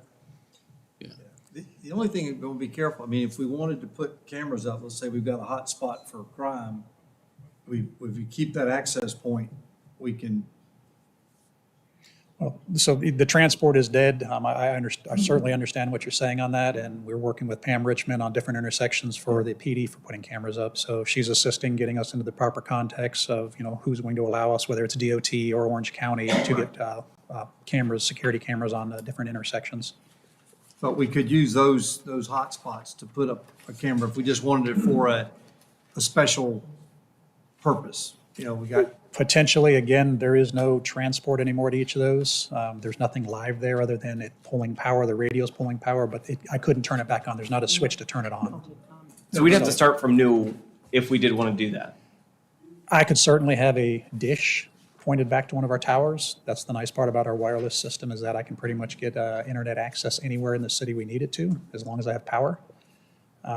So certainly, if I needed to, I could, at any intersection, any location, we can get access to it. so, I mean, I'm, just so we, because I know that they don't let us hang stuff anymore. Right now, we're grandfathered in, right? I would have to Sort confirm of, with them that we kinda. are. I mean, the agreements, I don't find a signed agreement anywhere on this. I found looking through our old content verse, it's our old document management system, and Bob actually found it in there. So it's an unsigned, unexecuted agreement. All right. And so we're talking about taking them down. We're not just talking about the 78 that you identified there, but we're going to take down the These ones that- 78 physically have a unique bill that we get. So the rental is done twice a year. The PD pays a bill twice a year for those pole rentals, but monthly, we pay $1,600 for those 78 locations. Oh, So who's paying for the ones that's in Rock Springs Ridge? I'm assuming it's on well, I'm not assuming, they're pulling power from those same light poles. So that's where I was trying to, when I was speaking with the young lady at Duke, of how are we being billed for the rest of these? She said it would be billed to whoever's paying that light portion. And that's the Part of the city. city was paying some of that. Right. Yeah. So then we need to take them all down. That's what I was saying, as far as the subdivisions, they should certainly be decommissioned, because there is no use, that it's legacy hardware. I don't even know that it would even work anymore, Yeah. other than some of these radios are still transmitting. Again, it's just it's an empty portal. And I like the idea of asking Duke when they do the the lights, they take them down, but they've already did them in our neighborhood. Most all of them are already. Yeah, so that And, means and, the and city, I can't promise they'll take them all down, but I will work to see what I can negotiate. Okay, so I know we're still doing some conversion from the old technology to LEDs.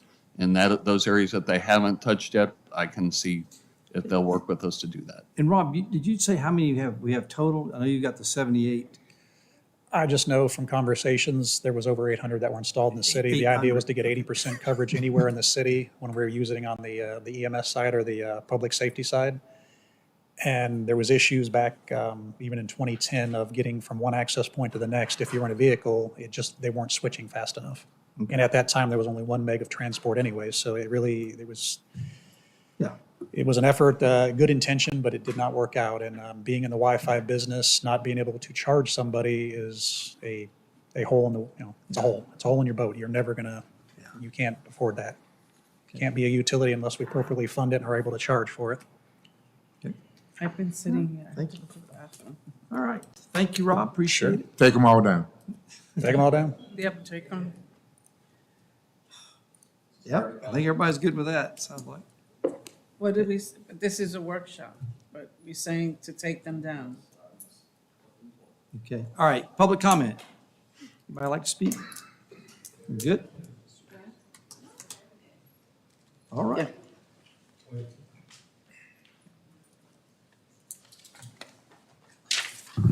Hi, I probably could have stayed home today. You guys pretty much nailed everything. I got like everything written down.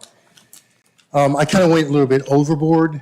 So I was kind of, as far as like, I'm like training. And in Wyland's budget, I just didn't see anything that was, like for training for the divisions of training and safety. It's just one person. So we need to, we got to add to that. I was thinking the $300 is, we all admitted last year, right, that it's inadequate. And so just hear me out for a second. So, and I went with the 140 firefighters, that's what we're probably going to end up having with the ones that we're going to be bringing in. So that would leave the city at $300, paying $42,000 at $300 per firefighter. I think we should do $2,000 per firefighter. With the $42,000 that the city's already going to be paying if we don't do anything, right? We're going to leave the $300, so the city's going to be on hook already for the $42,000. It would be an increase in the budget of $238,000. And I know that sounds like a lot, but VMR class, just one class, is $627. And so it would just be one class, and I mean that doesn't even pay half of what the firefighters got to do. So with, employee retention, and I don't know if Wylam could, and administration or whatever can work out that, with even like paramedic school, we're talking about like just funding paramedic school, that the firefighter can, he's going to get reimbursed. A lot of these guys, so at the end of 24, we're going to have 27 brand new firefighters that are going to have, 2 years and less. And, young kids, man, I mean, who can come up with, $8,000, $9,000 to, pay for these classes?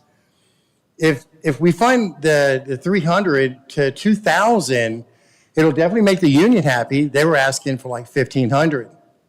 If we can fund it at 2,000 and then maybe even use the firefighter, if he wants to take some of that money out of that funding to help him with paramedic school, to kind of get them started, and then, they don't have to pay for the whole thing all at once. So they're going to go through semesters and this and that. And so maybe they can take some money out of that funding to help them kind of get into paramedic school.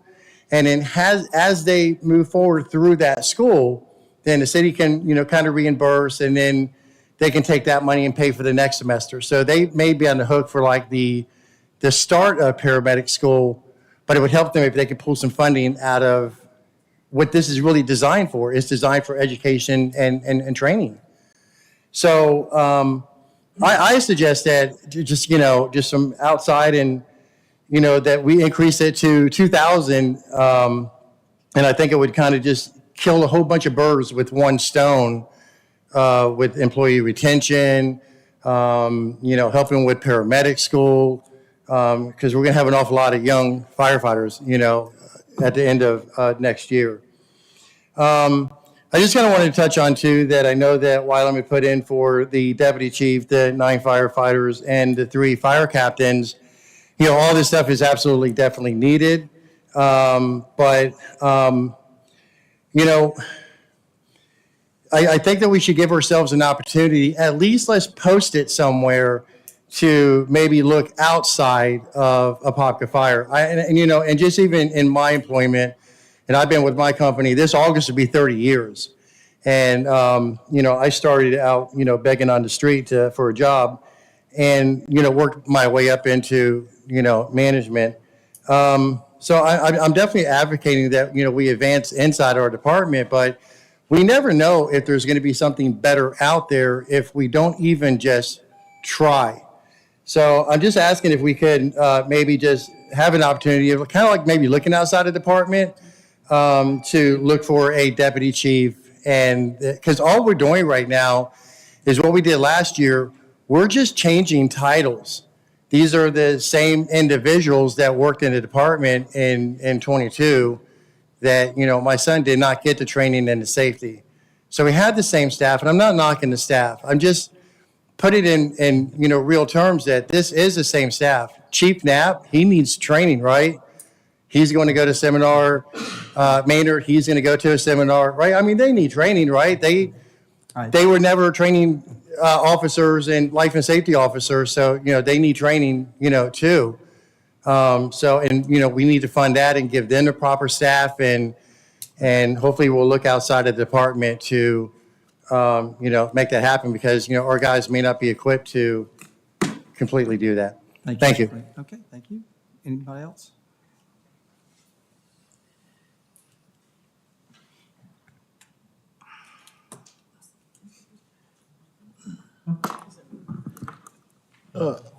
Hello, Mayor Commissioners. I want to just reiterate what Mr. Duran was saying about training. Safety and training is paramount. I can't stress that enough. We already had one death. We don't want to have another one. Here again, I think it's tough for me to swallow that. Here again, if I'm a director, chief, supervisor, whatever the case may be, if I got a chance to get funding to better my staff, I take that funding. Here again, we got to force the chief to take funding for training. That shouldn't happen.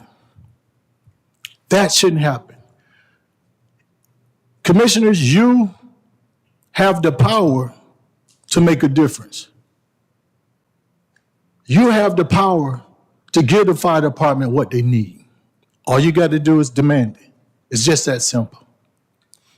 The fire truck, if we are saying how difficult and how challenging it is to get a fire truck, and we know the projected planning that we have for quote unquote high-rise buildings, 7 stories, but we buy a fire truck that only can go to 3 or 4 stories, that's backwards. And I don't want to disrespect anybody's intelligence, but you don't do that. You don't do that.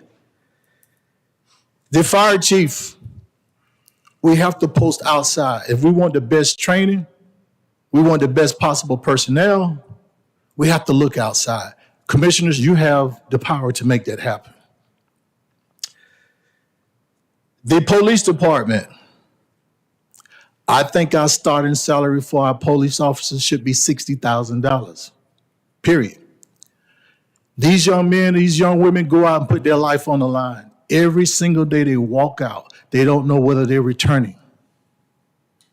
I have the utmost respect for what they do. Retaining police officers is a direct reflection of your chief. Your police chief and your sheriff is a direct reflection when you retain staff. If you got leadership that's leading from the top, those men and women will break their neck for you. And they will feel sad if they leave you, because that's the respect they have from you if you're doing the right thing as a leader. So when I look at retainment and I look at turnover, you have to look at leadership from the top down. You have to do that. And last but not least, I've been watching this whole process for years. If the commissioners, if you guys are going to be dedicated to the citizen of Apopka, you can't do it part-time. Your position need to start out with $50,000. If the mayor can bring somebody here and analyze his job and get a raise, then the same thing need to be done with you guys' job. Because if you are doing due diligence to the community, you can't do it part-time like you're being asked to do. Even with the budget, you get here with the budget and it's your first time really seeing it. So how can you go and vet and understand and follow along with everything when you're not prepared? It's got to be a better system than what we're doing now. And you have the power to change that. Thank you. Anybody else?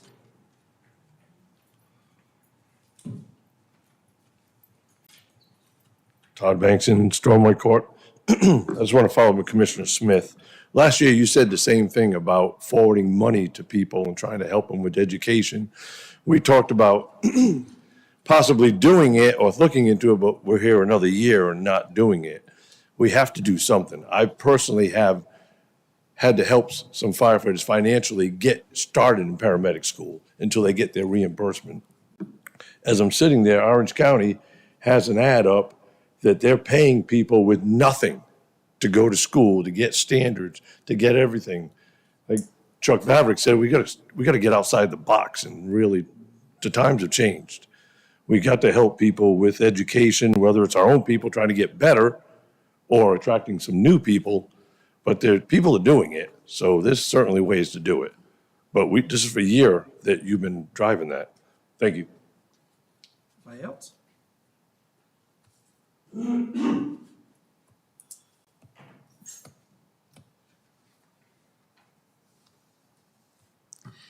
Good evening, Albert McKimmie, 3603 Golden Gem Road. Tonight we're here to discuss about budgets. We're here to talk about investing in the people who work for the city. I think we really have to look at the city as a whole. As we develop, we need to look at more than firefighters and more than the police. Every department in this city just now is understaffed. We still don't have any word of an economic development director.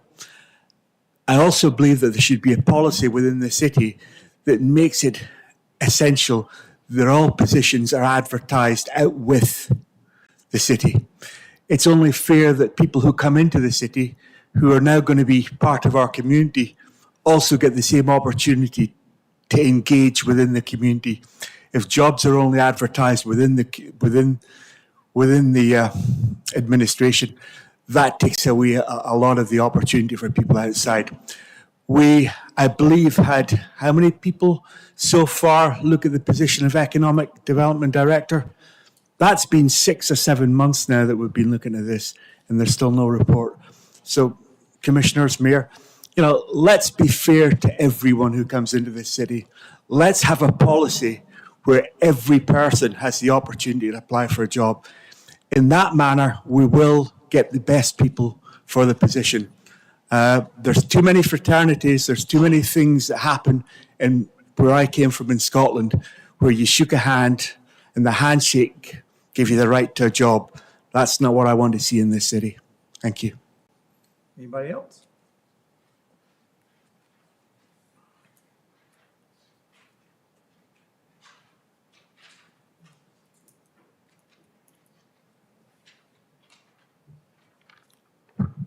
Rod Olson, 3156 Rolling Hills Lane. Mayor, Commissioners, really appreciate, this has really been eye-opening. I've watched it before, but being here and actually seeing it's a little bit different. Several points. One, the aspect of response time. I did a ride-along recently again. If you've not done a ride-along with our police department, you all need to do that at one time or another. If you think you know the city, you'll learn it. But to see the inspiring way that our police officers address people in difficult situations. I had a 17-year-old that got pulled out of a house. Unbelievable to see how these guys and gals work and perform. 136, it should be 140 is what you should be looking at. The last thing we need, in all due respect, Mr. Duran, is an issue that happens with our police department, as thin as they are, especially in Zone 1, that can lead to the loss of an officer.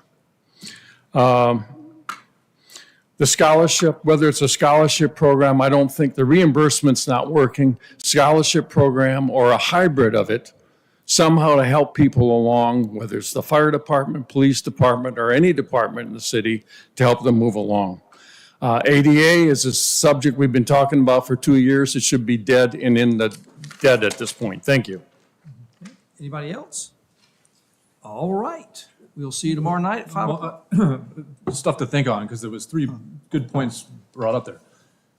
Again, I don't see the budget as something that it's set it, forget it, right? The budget should be something, yeah, directionally, we're setting a budget. Come October 1st, we know how we're running. But we should have the maturity to look at it on a recurring basis to say, where are we burning hot, where are we spending light, and be able to do things to pivot. So to Mr. Duran's point around the 2,000, hey, we might need to march to there. I think, again, good faith, increasing it threefold, that may not be the right number. But as we assess, because it's not like, I don't think everybody's gonna, hit that pool at the same time, but it's incumbent upon Chief Wylam or whoever else has a training budget to say, okay, is it being used? What's the velocity that's being used at? Is it gonna be sustainable for the entire year? If it's not, and that training is valuable and it's doing good things, he should have full authority to come back to this council. And it seems like we're all up here, like wanting to invest in training to say, hey, I burned through the 125,000 and I need an additional 75 to get through the year. And here's why I need it. And here's the value that it's providing. Both from a fire perspective, from police, every department in our city should feel the authority to do that and not feel like, oh my gosh, I'm gonna have to increase my budget. Oh, this is gonna make the administration mad or the residents mad. Leave it to us to fight your battle for you. Because we want to do that if it means that we're investing in the people properly. In terms of the deputy chief position, I've always been on the assumption, unless someone can tell me otherwise, that every position that we post has some sort of outward facing posting. Because again, from a deputy chief perspective, I view this, even though we don't have it really formalized as of yet, but from a succession plan perspective, that's kind of your next in line. And we should always desire to have the best talent possible. The only question mark that I have that Mr. Hall brought up around equipment, again, my own ignorance, is 100 feet the max? What's, from a tower truck perspective, what's small, what's medium, what's large? I mean, what are the options there? Because I don't know what those are. So 100 foot is your typical aerial for this area. In fact, the only one who has a taller apparatus is what was Reedy Creek, Disney, because of the gondolas. And they have a specific tower truck. It's called a, can't think of the name of it right now. What's the name of the tower truck at Disney? Remember the type? Yeah, Bronto. It's a specific bright type that goes a little bit higher. So again, 100 is pretty typical. And the reason it can only go up 3 to 4 stories, again, if you think about if something happens and the building collapses, we have collapse zones we have to be outside of. So that 100 foot, again, Pythagorean theorem, looking at it simply, you can only reach certain heights. Any building, if in downtown Orlando, those tower trucks don't reach the top.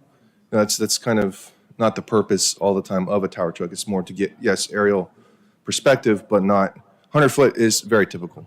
Because the maximum stories that we've seen thus far in some of the development has been around 5 stories thus far. But to Commissioner Ness's point, on some of this new Live Local, is that the name of it? Yeah. Where they can go above that. I mean, from a logistics perspective, you would be there with a 100-foot tower. If you can't service someone that's on floors 7 or 8, you're coming up with a different strategy, right? Yeah, exactly. There's different tactics, things that are implied, how we operate with that. Again, because New York City, none of those, any big city, they don't have. Okay. Yeah, they don't have trucks that go. Right.